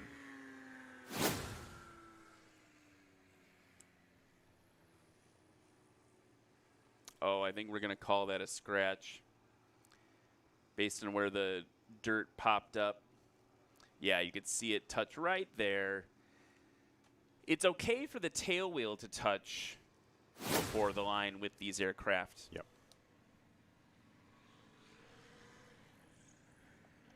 Tony Sanchez safely over the line, giving up about 75 feet. Want to say hi to Bearded Aviator in the chat, saying good morning all. Enjoying the practice today. Thank you, sir. Forrest T saying, I would like to see someone in a Helio Courier. And guess what? We have had a Helio Courier every once in a while. It was serial number 1. We've had a Helio Courier, say that 5 times fast, in competition before. Which I wonder if that is bigger than the Beaver. I don't know. Someone on the internet look that up for us. I feel like the Beaver's fuselage is bigger. Eddie Sanchez using that throttle. Good. Oh, nicely done. Right around 75 feet on the landing.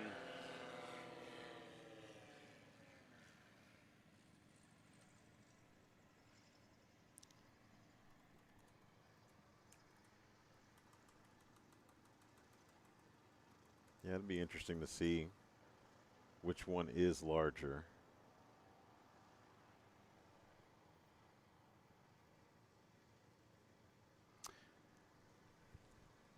Jose Luis Fuentes in the chat saying, good morning, enjoying the practices all the way from Barinas in Venezuela. Thank you, Jose. All right. Watching all the way down there in Venezuela. Good over the line for Joel Milloway. Now, here's a grudge match that's going to play out later today and tomorrow.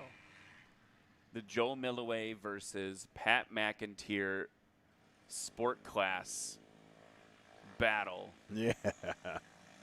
Pat McIntyre, 149 points. Joel Milloway with 101.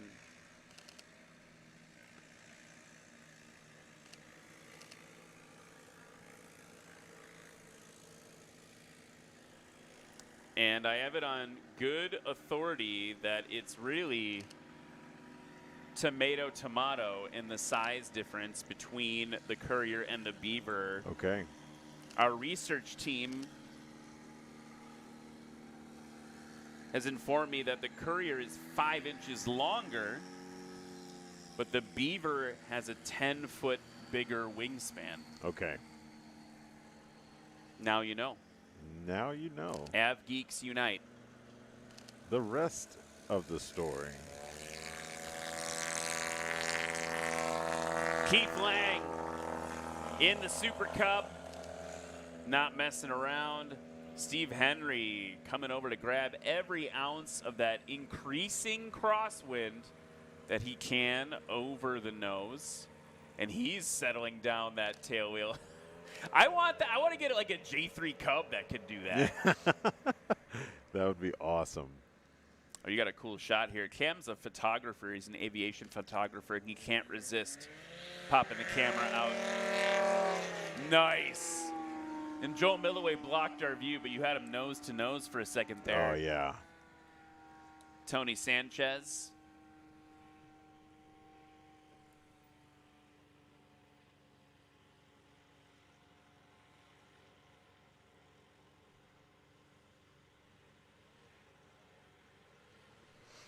Getting ready to go.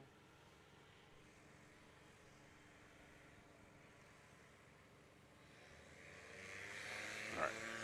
We'll see if we see some more of that really super high alpha, low approach type technique from Tony as he comes around the pattern. 20 minutes left in practice this morning. Here's Eddie Sanchez.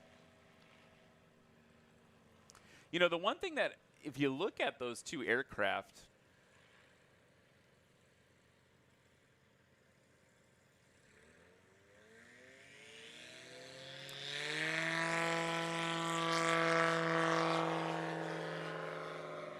just over 75 feet for Eddie Sanchez there. So Tony Sanchez is running a 2014 Super STOL. Eddie Sanchez is running the Just Aircraft Highlander, and it's interesting to see them side by side. You know, the biggest difference is the length. Yeah. Just looks a lot longer. Eddie's aircraft is a lot longer. Here is Joel Milloway in the 96 S7 from Blackfoot, Idaho. You think Eddie has the XL Highlander, same as what Steve's fuselage is. Sure, right now. the Steve Henry fuselage, same thing. Eddie's also running a Yamaha, right? So he's also running a Yamaha's 998, 270 horsepower. Steve Henry, I believe, is 300 horsepower. It's got a little bit more. Yeah, same engine, 998T Sidewinder, but he's getting a little more horsepowers out of that thing. More ponies. Keith Lang, plop and drop.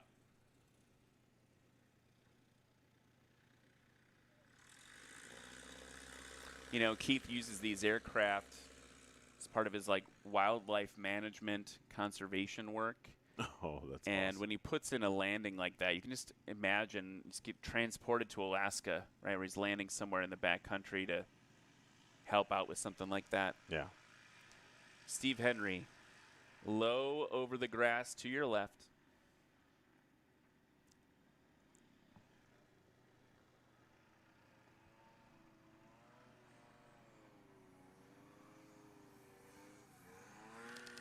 Nice. Good over the line. Look at those knobby tires just digging in.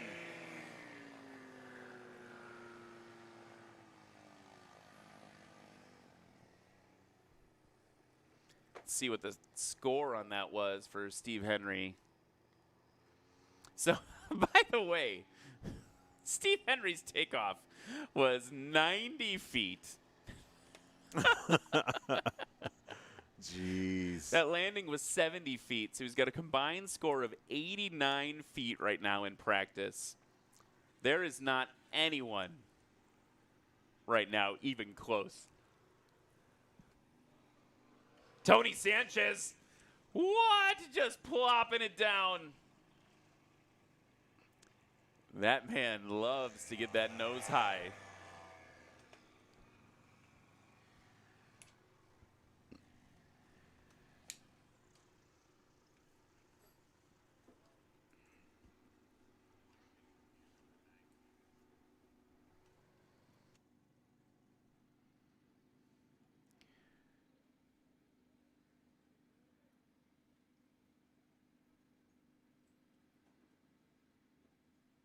Watching, waiting.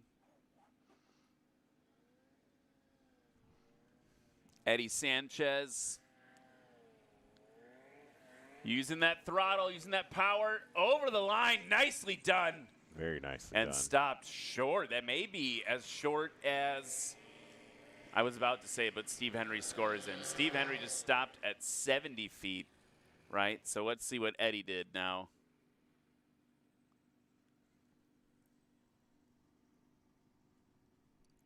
93-foot takeoff for Eddie versus 19. But let's look at the landing score, 82 feet. So striking distance on the landings, but just nowhere near that. I mean, obviously there's a lot more going on than just horsepower with Steve's aircraft. Things are really dialed in a lot of different ways. He's got, you know, an engine system that's modulating things. Here we go on the landing for Joel Milloway. Joel Milloway coming in around 80 feet as well. Lots going on. Lots going on with Steve's aircraft. All the modifications. But got to say hi to a couple people in the chat real quick. DFW FPV saying, hey, y'all, looking forward to coming out to see the finals in person tomorrow. Cannot wait to see you here. Becky Bell Linbaugh. Hello to Brandon, corner number 30, and everyone at Lone Star STOL. Thank you so much for saying hello, Becky. And look at who it is. John Jughead Council. Good morning from Colorado. Jughead is so close, but not close enough. Jughead, we miss you so much, man. I have had so much fun hanging out with Jughead over the years, getting to know him. He is... You want to see someone who's not only a true bush pilot, but an absolute performer. Did a plane swap with Tegan LaPointe and Moses Lake. Oh, yeah? Yep. Threw her out of the airplane. So get out of here. We'll see who's better pilot. We'll swap airplanes. A little grudge match between the two of them. So, Jughead, so great to see you in the chat. Wish you were here, friend. Okay. Looks like we have about 14 minutes left in practice right now. Some aircraft waiting in the wings here. And I'm just going to try to identify them by paint job from this aerial shot. Looks like we've got, I don't know, a silver-colored airplane. then I think it's Jerry Clemens. Yep. In the Husky. Oh, okay. That's one of the Badlands Travelers. So that's Jared Garrettson in the front, Jerry Clemenson right behind him, and then I'm gonna guess it's white and black. That might be Matt again. Is that Matt Vastine? Oh, it could be silver and black. Yeah, that could be Matt Vastine right there. See Eddie putting his plane back in the roost there. And then I believe that's Brad in the Husky. All right. Right after him. This is kind of a fun game to play. Jared Garrettson. Folks, if you weren't watching this season or certainly tomorrow, these Badlands Travelers are sending fear down the spines of every pilot because what they can do. I mean, I don't want to diminish the piloting skill of Jared and Jeff Daly, but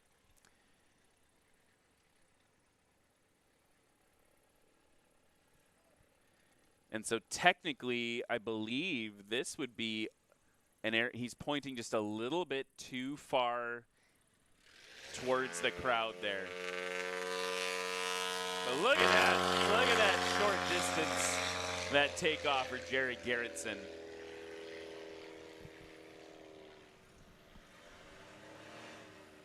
Jerry Clemens.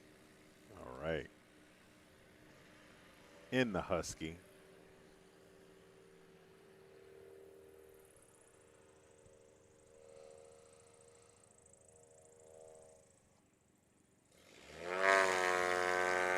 Here he goes.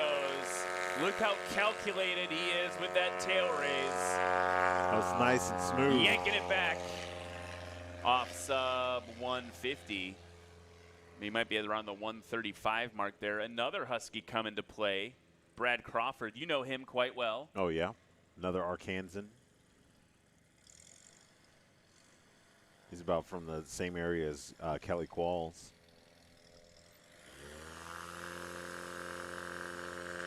Tail coming up. He's getting that tail up. Now they're talking sub 125 for Brad on that one. With the snarling dog on the tail. James Barkheimer in the Carbon Cub ready to go. I've had the privilege of sitting up front in that airplane and taking it for a ride. Man. That one hurt. Little ear bleeding. Yeah. Even with the hearing protection on right now.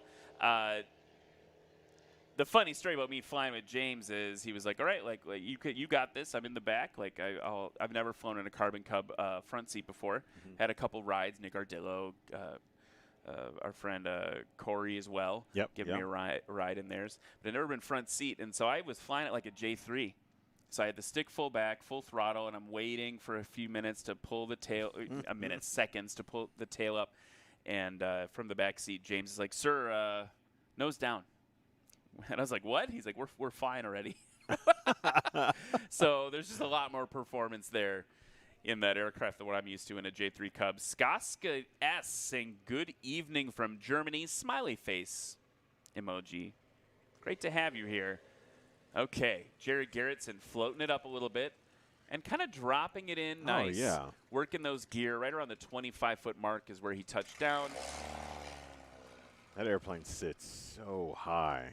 Yeah, I mean, this is a debate, right, between the – so, one, obviously the Badlands is the Badlands, and that's what Hal had built, by the way. He was also in a new Badlands. Yeah. Between Jeff Daly's plane and Jared's plane and takeoff, Jared has more angle of attack. Yeah.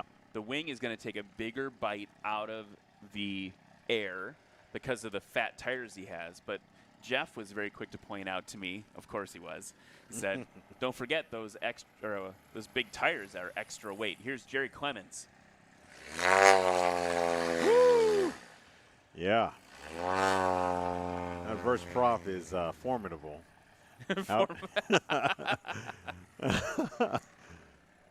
Especially here in the echo chamber that we're sitting in.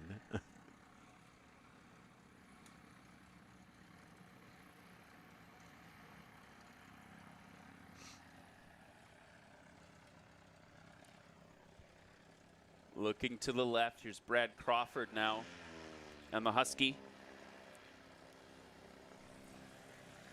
Good over the line for Brad. He's got to get it stopped.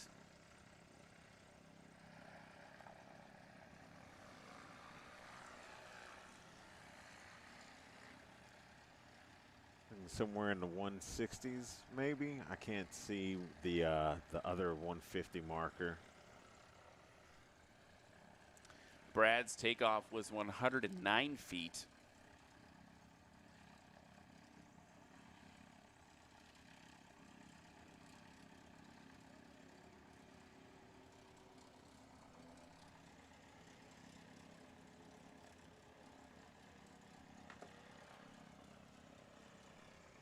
James Barkheimer is a little bit high, but descent rate's high as well. Nicely Ooh, done. Yeah, very nice. Plopped and dropped. Right exactly where it needed to be.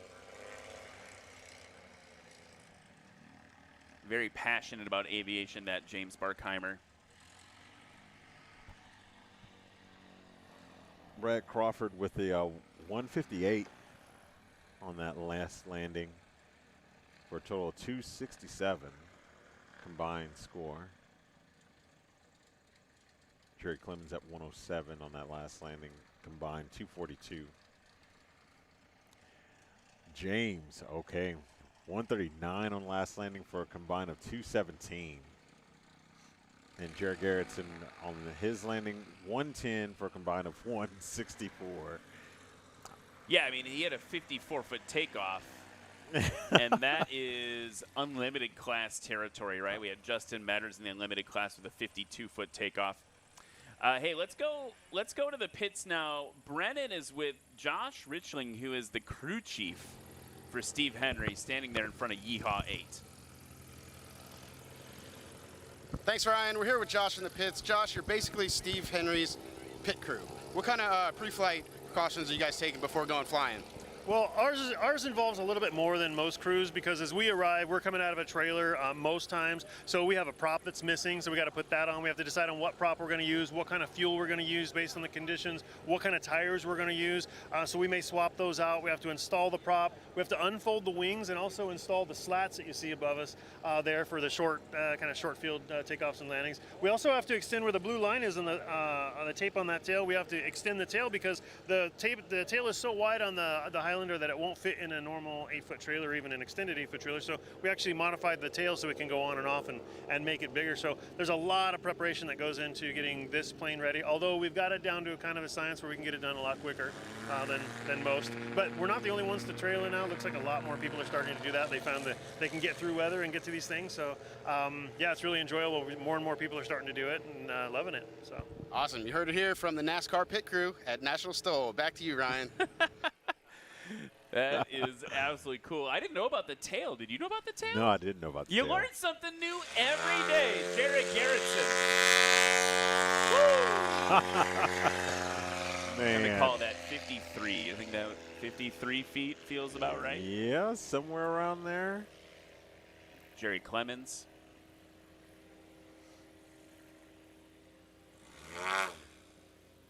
Luke Spohr has entered the chat, by the way, and by entered the chat, I mean the practice. He was that MOAC you saw earlier. Here's Jerry Clemens now.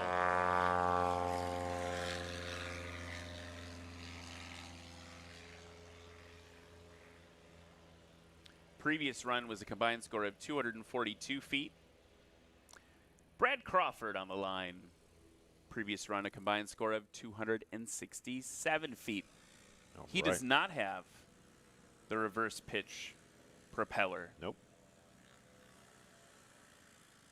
Just relying heavily on those brakes. Oh, he got off, but then settled back down just a little bit, so they'll take the measurement from the second touchdown point. James Barkheimer rolling up to the line. He's got those gun racks. I think those help a lot. Man. Oh, wow, that hurts so good. That's going to be about the same distance as who was 53? Who you were saying 53? Jerry? Justin Metters was 52.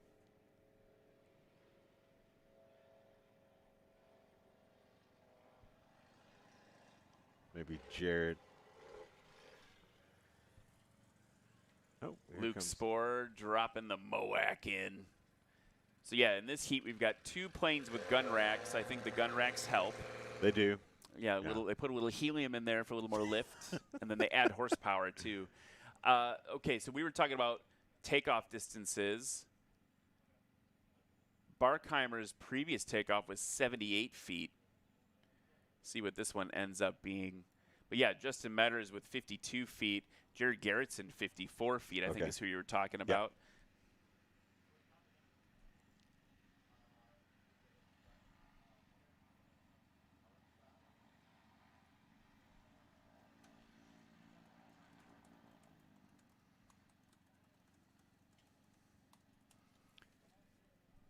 And we're just waiting on slow airplanes to do slow airplane things here. 3 minutes left in practice for Lonestar STOL in Sulphur Springs, Texas. Jared Garrettson holding it off. Good over the line. And where will he stop? Right around the 85, maybe 90-foot mark. We'll see what that comes in at. Little bit of loss of directional control. I don't know if it was enough for the judges to speak up. Yeah. If you lose directional control, that you're pointing more towards the crowd or towards the judges, they're going to give you a warning. If you do that a couple times, you will actually be bounced from the competition. We've had that happen, I think, in Nashville actually, just recently. Jerry's working that throttle. Oh, very nice. Woo! Okay. That was a thing that he just did. That bounce it in, working that reverse pitch. That's a high workload thing in the cockpit. Here is Brad Crawford now.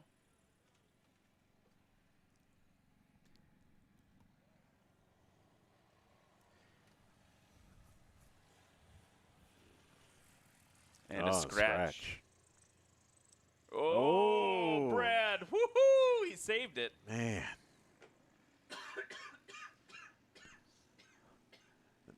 That dog was looking down at the ground for a little bit. He got it sorted out. Yeah. Hey, by the way, if you're here in Sulphur Springs, Texas, once the planes are parked and the engines are shut off, the pits will actually be open. So if you want to go meet your pilots, your favorite pilots, go check out the airplanes. Don't touch them. Don't touch the airplanes. Please You can look. Please go look. The pits are actually going to be open until 12:45 p.m. before we start up the Lonestar STOL competition. So go to the pits, meet your pilots if they're there, and check out all those airplanes. James Barkheimer, short final.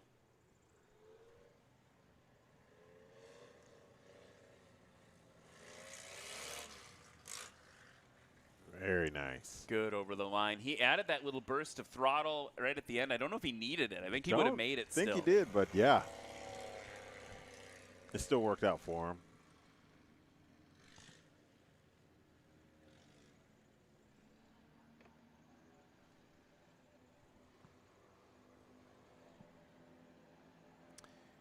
So we are just regrouping with the practice here. But Cam, as we kind of end here, we're just about out of time.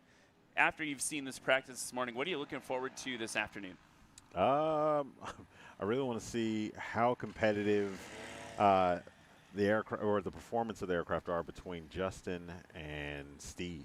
Honestly, I mean, I figured that Justin got a few cues from Steve from some yeehaws in the past, and I think that we're going to have a good show between those two aircraft. Of course, the Badlands Traveler is going to be amazing to watch.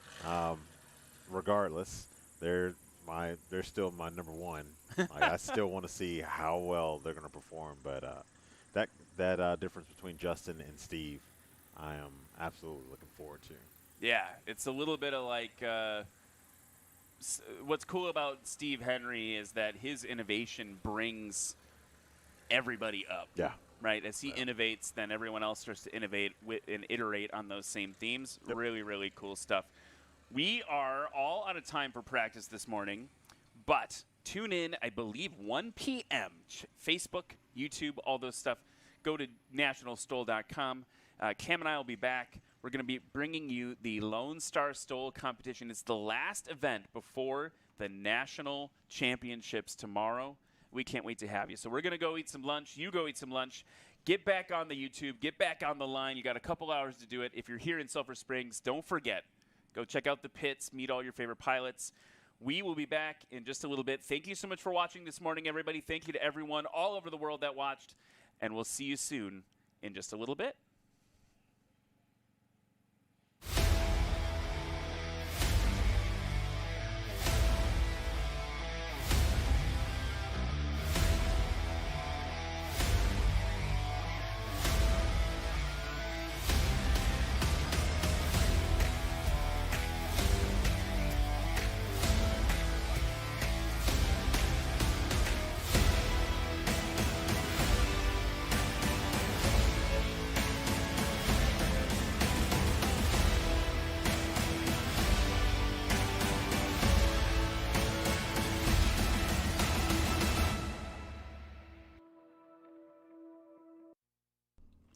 A special thanks to all our sponsors: Ladd Gardner Insurance, Aviation Protected, Legend Aircraft, not your grandfather's Cub.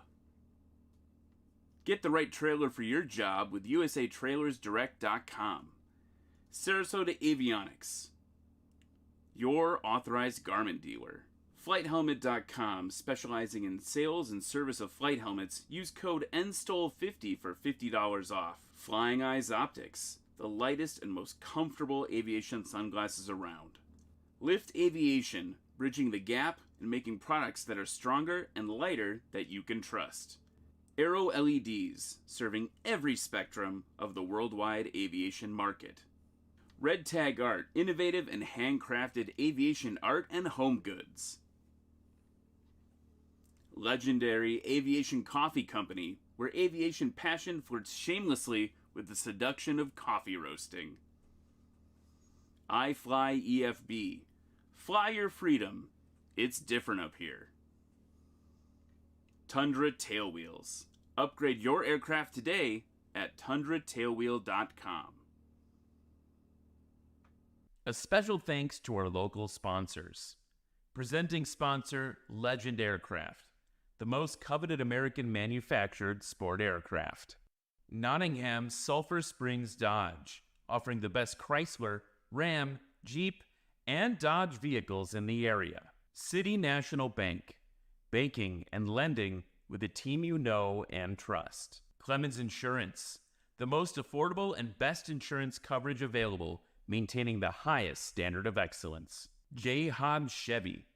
We're confident you'll find the vehicles you're looking for at a price you can afford. Texas Heritage Bank. Large enough to meet your needs, yet small enough to care. ETOS Metal Roof and Wall Systems. Strength you can rely on. Steel you can trust. Powerlift Hydraulic Doors of Texas. Unparalleled functionality, visually striking features, and remarkable durability. First National Bank of East Texas. Here to help every step of the way. Thrust Flight. Training students to be safe, confident, and disciplined aviators. Grocery Supply Company. Impacting lives through exceptional service. Chad's Media, a premier full-service marketing agency.